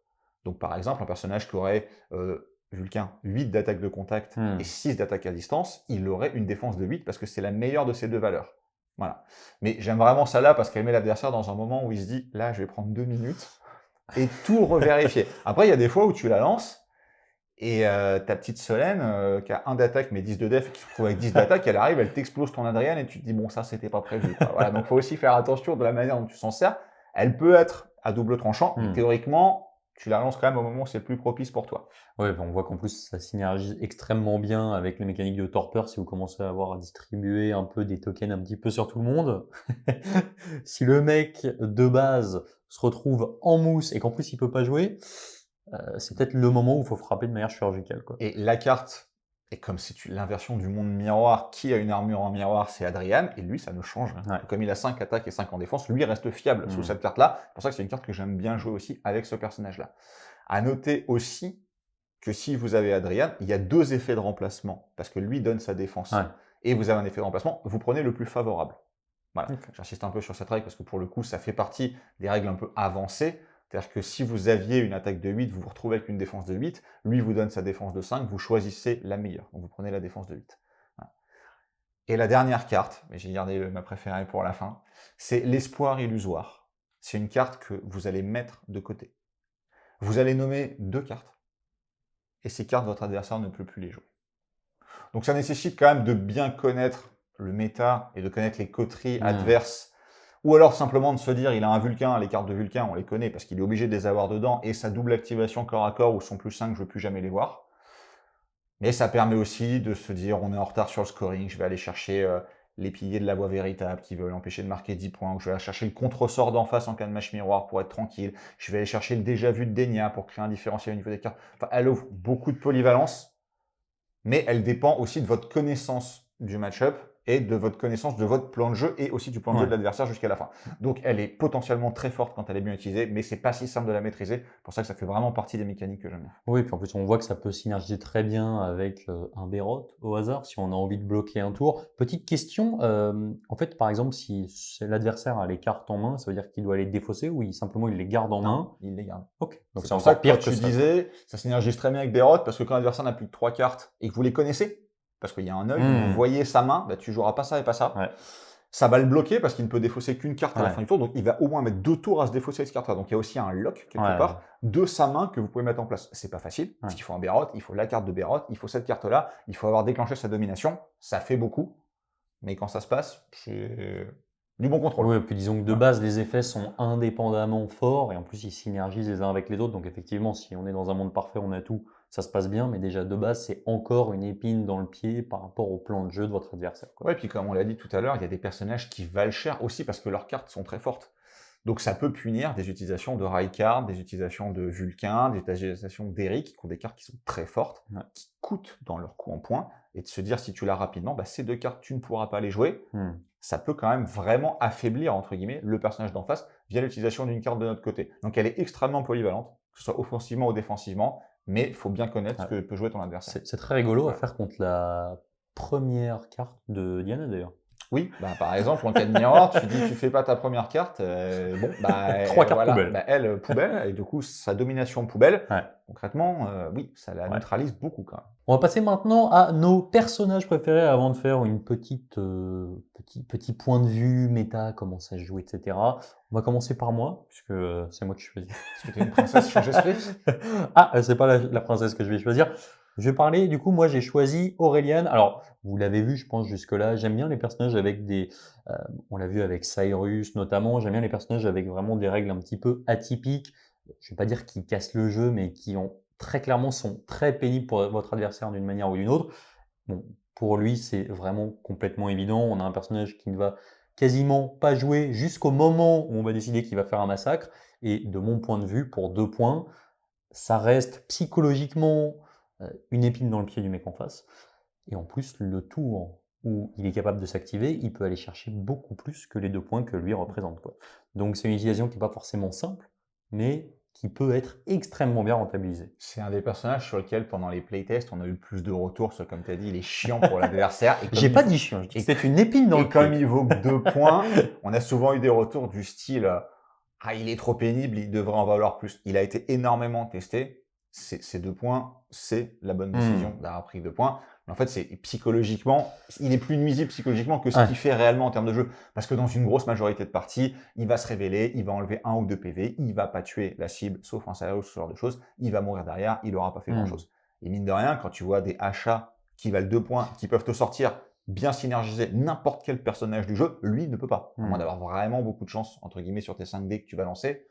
Il est équilibré, mais effectivement, dans la tête de l'autre, il est Ça très pèse. pénible. Et puis, Aurélien est ton ami. Moi, je vais choisir son copain. C'est-à-dire l'autre personnage d'appoint, j'aime beaucoup cette expression. L'autre personnage d'appoint à 2 points, Pérotte. Parce que je le trouve fiable, en fait. Mmh. Il va t'apporter de la pioche. Mine de rien, il va t'apporter des points de victoire, parce qu'il y a aussi des fois où tu as besoin de raffiner. Et quand on a vu tous les gars d'avant, chaque activation, tu vas vraiment la payer. Tu peux pas tant raffiner que ça. Ouais. Donc lui, Bérod, c'est le plus gros raffineur de la coterie, c'est triste à dire, parce qu'il va te rapporter des points que un par un, ou s'il est courageux et qu'il a réussi à traîner sa barbe jusqu'à la grande faille, 2 par 2, mais c'est quand même pas évident. Mais il peut gérer la main de l'adversaire, soit en la voyant, quand tu as un contre-sort, tu as quand même envie de savoir quelle est la carte que tu vas contrer, c'est bien de savoir ce qu'il y a en Mmh. face. Quand tu as des espoirs brisés ou ce genre de choses, je trouve que c'est quand même sympathique. C'est un moteur de pioche aussi via sa carte.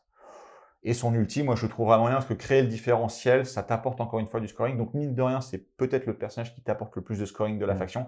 Et comme c'est un des gros défauts d'échange esprit d'aller marquer des points et qu'on gagne les parties en marquant des points, pour son coup de 2 points, j'ai tendance à le rentrer quasiment systématiquement parce qu'il va m'apporter des points de victoire. Oui, puis c'est un personnage, comme tu as dit, qui est entre guillemets autonome, là où le Aurelian va quand même dépendre de sa capacité à aller claquer un personnage adverse pour se rentabiliser. Là, c'est, tu l'as dit, c'est le laborieux, c'est le mec fiable. Il va vous faire piocher, il va vous ramener des points, il va vous apporter un peu de support de par notamment son ulti. Et puis voilà, quand on aime avoir des plans de jeu avec, on va dire, le plus d'anticipation possible, c'est un très bon ajout. Et puis, si un jour tu as besoin d'aller utiliser une carte, par exemple, qu'on a vu qui va mettre 3 pions de torpeur, mais qui nécessite une ligne de vue, c'est-à-dire que tu t'exposes en retour, Ouais. tu n'as pas envie de sacrifier une Dénia qui vaut 7 points, qui est aussi fragile que lui pour aller faire ça. Donc tu te dis tant pis, quitte à ce qu'il y en ait un qui y passe, bah, ça va être lui, bah, il est là pour ça. Hein. Donc comme tu as dit, c'est petit besogneux, Ouais. donc il va y aller, mettre ses petites cartes. Il y a des moments où tu vas le téléporter, le mettre en plein milieu de tout le monde pour lancer d'autres cartes qui nécessitent des lignes de vue. Il va y passer derrière, tu n'auras perdu entre guillemets que 2 Hmm. points. Cette fiabilité-là, dans une faction qui en manque quand même un Ouais. petit peu, j'apprécie. On va passer maintenant à un petit topo des oppositions de match-up, de savoir comment l'échange d'esprit se comporte de par leur gameplay quand même très atypique contre les autres factions. Qu'est-ce que tu peux nous dire des différents match-up pour eux, globalement, contre les 3 précédentes factions qu'on a vues? Alors, de manière globale, je rentrerai dans les match-ups juste après. C'est quand même une faction qui te donne l'impression de pouvoir tout faire. Mais à la moindre réelle erreur, c'est-à-dire utilisation d'une ressource sur une ressource adverse pas adéquate ou pas au bon moment, tu vas le payer très vite. La plus grosse difficulté, c'est de se retrouver avec ta carte premier tour, première partie, tu as tes 5 cartes en main, 5 cartes de contrôle, tu te dis c'est super, lui va pas m'attaquer, lui va m'attaquer mais je vais m'enfuir, là je vais me téléporter, lui je vais le torporiser, son premier tour il est géré, ah attends mais t'as marqué 0. Voilà. Lui, il a quand même marqué 1 ou 2 à droite à gauche. Et puis au bout d'un moment, tu n'as pas 50 cartes de contrôle non plus. Voilà. Donc il y a un moment où tu vas plus avoir de ressources. Et si tu arrives sur un T4 de la voie véritable sans ressources, ou que tu n'as pas réussi à gérer, mine de rien, un Kevan ou ce genre de choses, tu n'as pas réussi à gérer un Cyrus, tu vas finir par perdre. Donc la vraie difficulté, c'est d'utiliser ces ressources au bon moment. Et même si on a l'impression d'être tranquille, à la moindre faille, on se fait imploser. Ouais. Voilà. Donc au niveau des match-up, on va commencer par la faction rouge-sang, qui sont les antagonistes, on va dire, dans le fluff principal. Il y a vraiment 2 types de coteries. Il y a les coteries, Val, il va pas aimer, mais il y a les coteries aggro qui sont là pour taper, où tu te retrouves avec des Eldana, des Vulcains, des Achats. Ça va être trop compliqué de les contrôler sur le long terme, et sachant que eux vont canaliser en boucle. Ouais. T'as limite envie qu'ils canalisent beaucoup et qu'ils se tuent eux-mêmes, parce que toi, tu vas quand même avoir du mal à leur faire trop de dégâts, et au bout d'un moment, tu vas finir par craquer. Voilà. Donc je pense que cette coterie, le match-up est quand même légèrement négatif. Après, si toi, tu as du Adrian, si toi, tu as quand même vraiment de quoi répondre aussi, parce que les Rouchans sont pas tellement plus tanky que toi, hein. Là, tu affrontes vraiment des gars qui ont défense 3, avec tes moyens d'attaque qui sont quand même pas si mauvais, et lui, par contre, il affronte des gars avec 1 en def et 2 points de vie, et personne ne relance. Donc la létalité est quand même en sa faveur, mais tu peux riposter de manière forte, mais le match-up est quand même pas pour toi. Ouais. Après, on va dire sur les Rouchans brûlures, tu as quand même les moyens d'aller tuer Kevan avant qu'il devienne trop gênant. Il te faut quand même un certain nombre de pions brûlures grâce au bouclier illusoire pour que ça commence à devenir vraiment létal pour toi. Il faut qu'il t'en ait mis 6, 7, 8. Ça n'arrive pas non plus trop tôt. Et avec toutes les téléportations qu'on a vues, tu peux aller chercher Kevan Ouais. pour le tuer.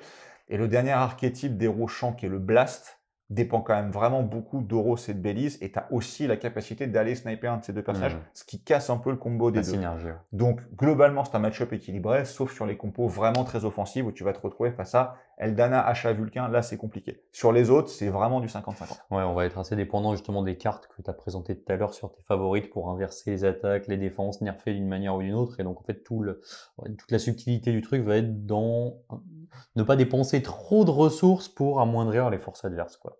Ouais, je suis tout à fait d'accord avec toi. Ça reste le match-up le plus équilibré globalement. Après, tu as la voie véritable. La voie véritable, c'est le match-up compliqué. Voilà. Parce que concrètement, leur règle de faction te fait extrêmement mal. Dans le sens où au premier tour, tu ne peux pas leur mettre depuis en torpeur, donc tu prends beaucoup de retard sur ton contrôle à la torpeur. Au deuxième tour, tu ne peux pas les cibler avec des cartes. Donc là, c'est très compliqué, sachant que pratiquement tout ton contrôle vient de tes cartes. Et au troisième tour, et c'est en général le tour où toutes tes dominations sont chargées ou presque, tu peux pas les utiliser. Ouais. Donc en fait, il te brise ton tempo. Donc il te fait très mal par rapport à ça. Et pour le coup, la défense 10 est quand même très compliquée à passer pour toi. Donc tu es obligé d'avoir recours à des inversions, à tu passes à défense 0, à ce genre de choses. Si ces cartes ne sont pas dans ton deck, tu pars quand même avec une difficulté. L'avantage, entre guillemets, c'est que la voie te donne beaucoup de points de victoire grâce aux innombrables. Donc comme tu as quand même du mal à marquer des points, tu vas aller les chercher. Mais si tu es sur une coterie purement contrôle, lui, il va tellement s'envoler en scoring que tu n'arriveras pas à le rattraper.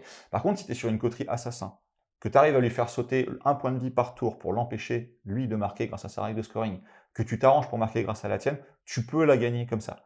Mais dans tous les cas, c'est un match-up qui est compliqué et qui n'est pas pour toi. Parce que les 3 premiers tours, tu ne peux pas déployer ton jeu. Et le 4e tour de la voie, sous la vertu de la force, il t'atomise. Voilà. Malgré ton bouclier, il t'atomise. Après, ce qui est intéressant dans ce match-up-là, c'est que tu sais comment la voie va jouer. Parce que la voie a un gameplay qui est très lisible. Donc tu sais que ces cartes d'attaque, il va les garder pour le tour 5. Donc toi, tu sculptes aussi ta main pour te retrouver avec toutes tes images illusoires, ce genre de truc, pour que quand lui va tout lâcher au tour 4, tu aies des réponses systématiques pour dire bah là tu m'attaques pas, là j'ignore l'attaque, là je me suis téléporté. Donc tu peux prévoir ton gameplay face au sien, mais globalement le match-up est quand même assez difficile pour les coteries change esprit contrôle. Un peu plus positif sur les coteries assassins, et là clairement ton petit chouchou Ryan est parfait contre la voie, parce que à moins vraiment de pas avoir de bol sur sa domination, tu as au moins un tour où lui ne va pas marquer, et tu peux aller chercher une Solène, tu peux aller chercher une Adora avec ça, c'est quand même vraiment pas mal.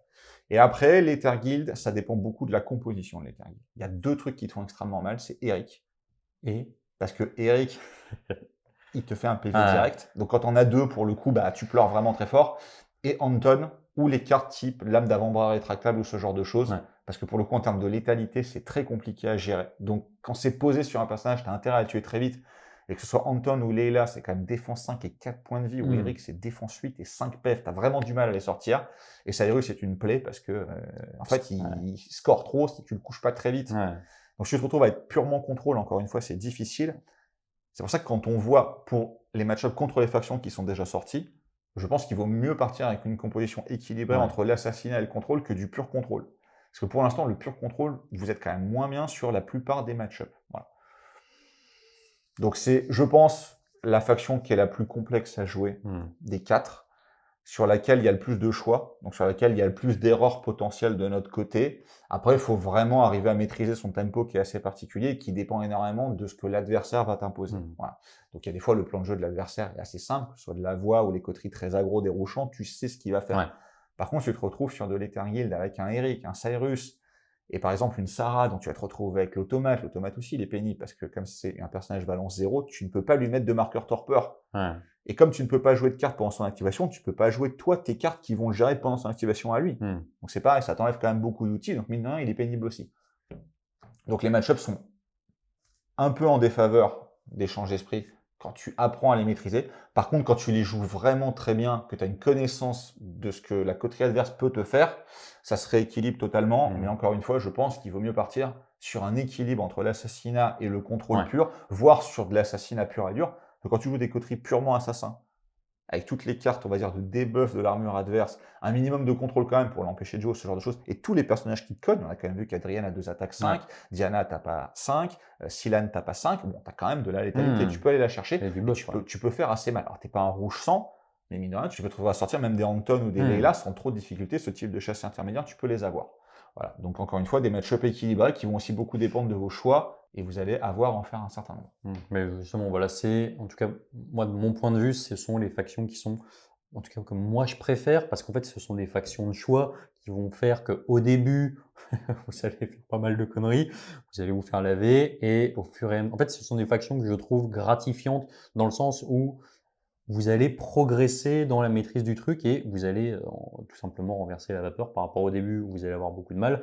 Et derrière, voilà, vous allez apprendre à jouer. Effectivement, il y a des choix, donc il y a des erreurs à faire, mais c'est peut-être là aussi où il y a le plus de marge de progression parce que ça demande aussi d'avoir une connaissance de ce que peut faire l'adversaire et de bien jauger les menaces adverses pour pouvoir potentiellement les bloquer, les contrer, les neutraliser, voire les tuer quand vous en avez la possibilité, Puis il va quoi. y avoir des moments aussi où la pioche va vous sourire, vous allez vous retrouver avec la carte qui va réagir systématiquement à Ouais. la situation. Là, tu te sens bien. Je fais ça, non, je fais ça, non, je fais ça, non, non, non. Là, c'est l'adversaire qui commence à. Et le problème, c'est qu'au bout d'un moment, ça va Ouais, craquer. Et si tu n'as pas prévu des plans B, ouais, en fait, tu ne peux pas passer la partie à te protéger. Tu pourrais éventuellement, mais tu vas marquer 0. ouais, Un petit peu compliqué parce qu'à un moment, il faut quand même la ouais. gagner, la game. Ne pas la perdre, ils sont bons. La gagner, c'est plus compliqué. Bah écoute, je pense qu'on a fait le tour de cette splendide faction. Merci à toi. Merci à toi. Si vous avez des questions comme d'habitude, je pense que vous savez à qui demander en description, en commentaire, etc. Vous pouvez mettre toutes vos questions, on va rester jour et nuit pour y répondre. J'espère vraiment que ce Faction Focus vous a plu et je vous dis salut salut!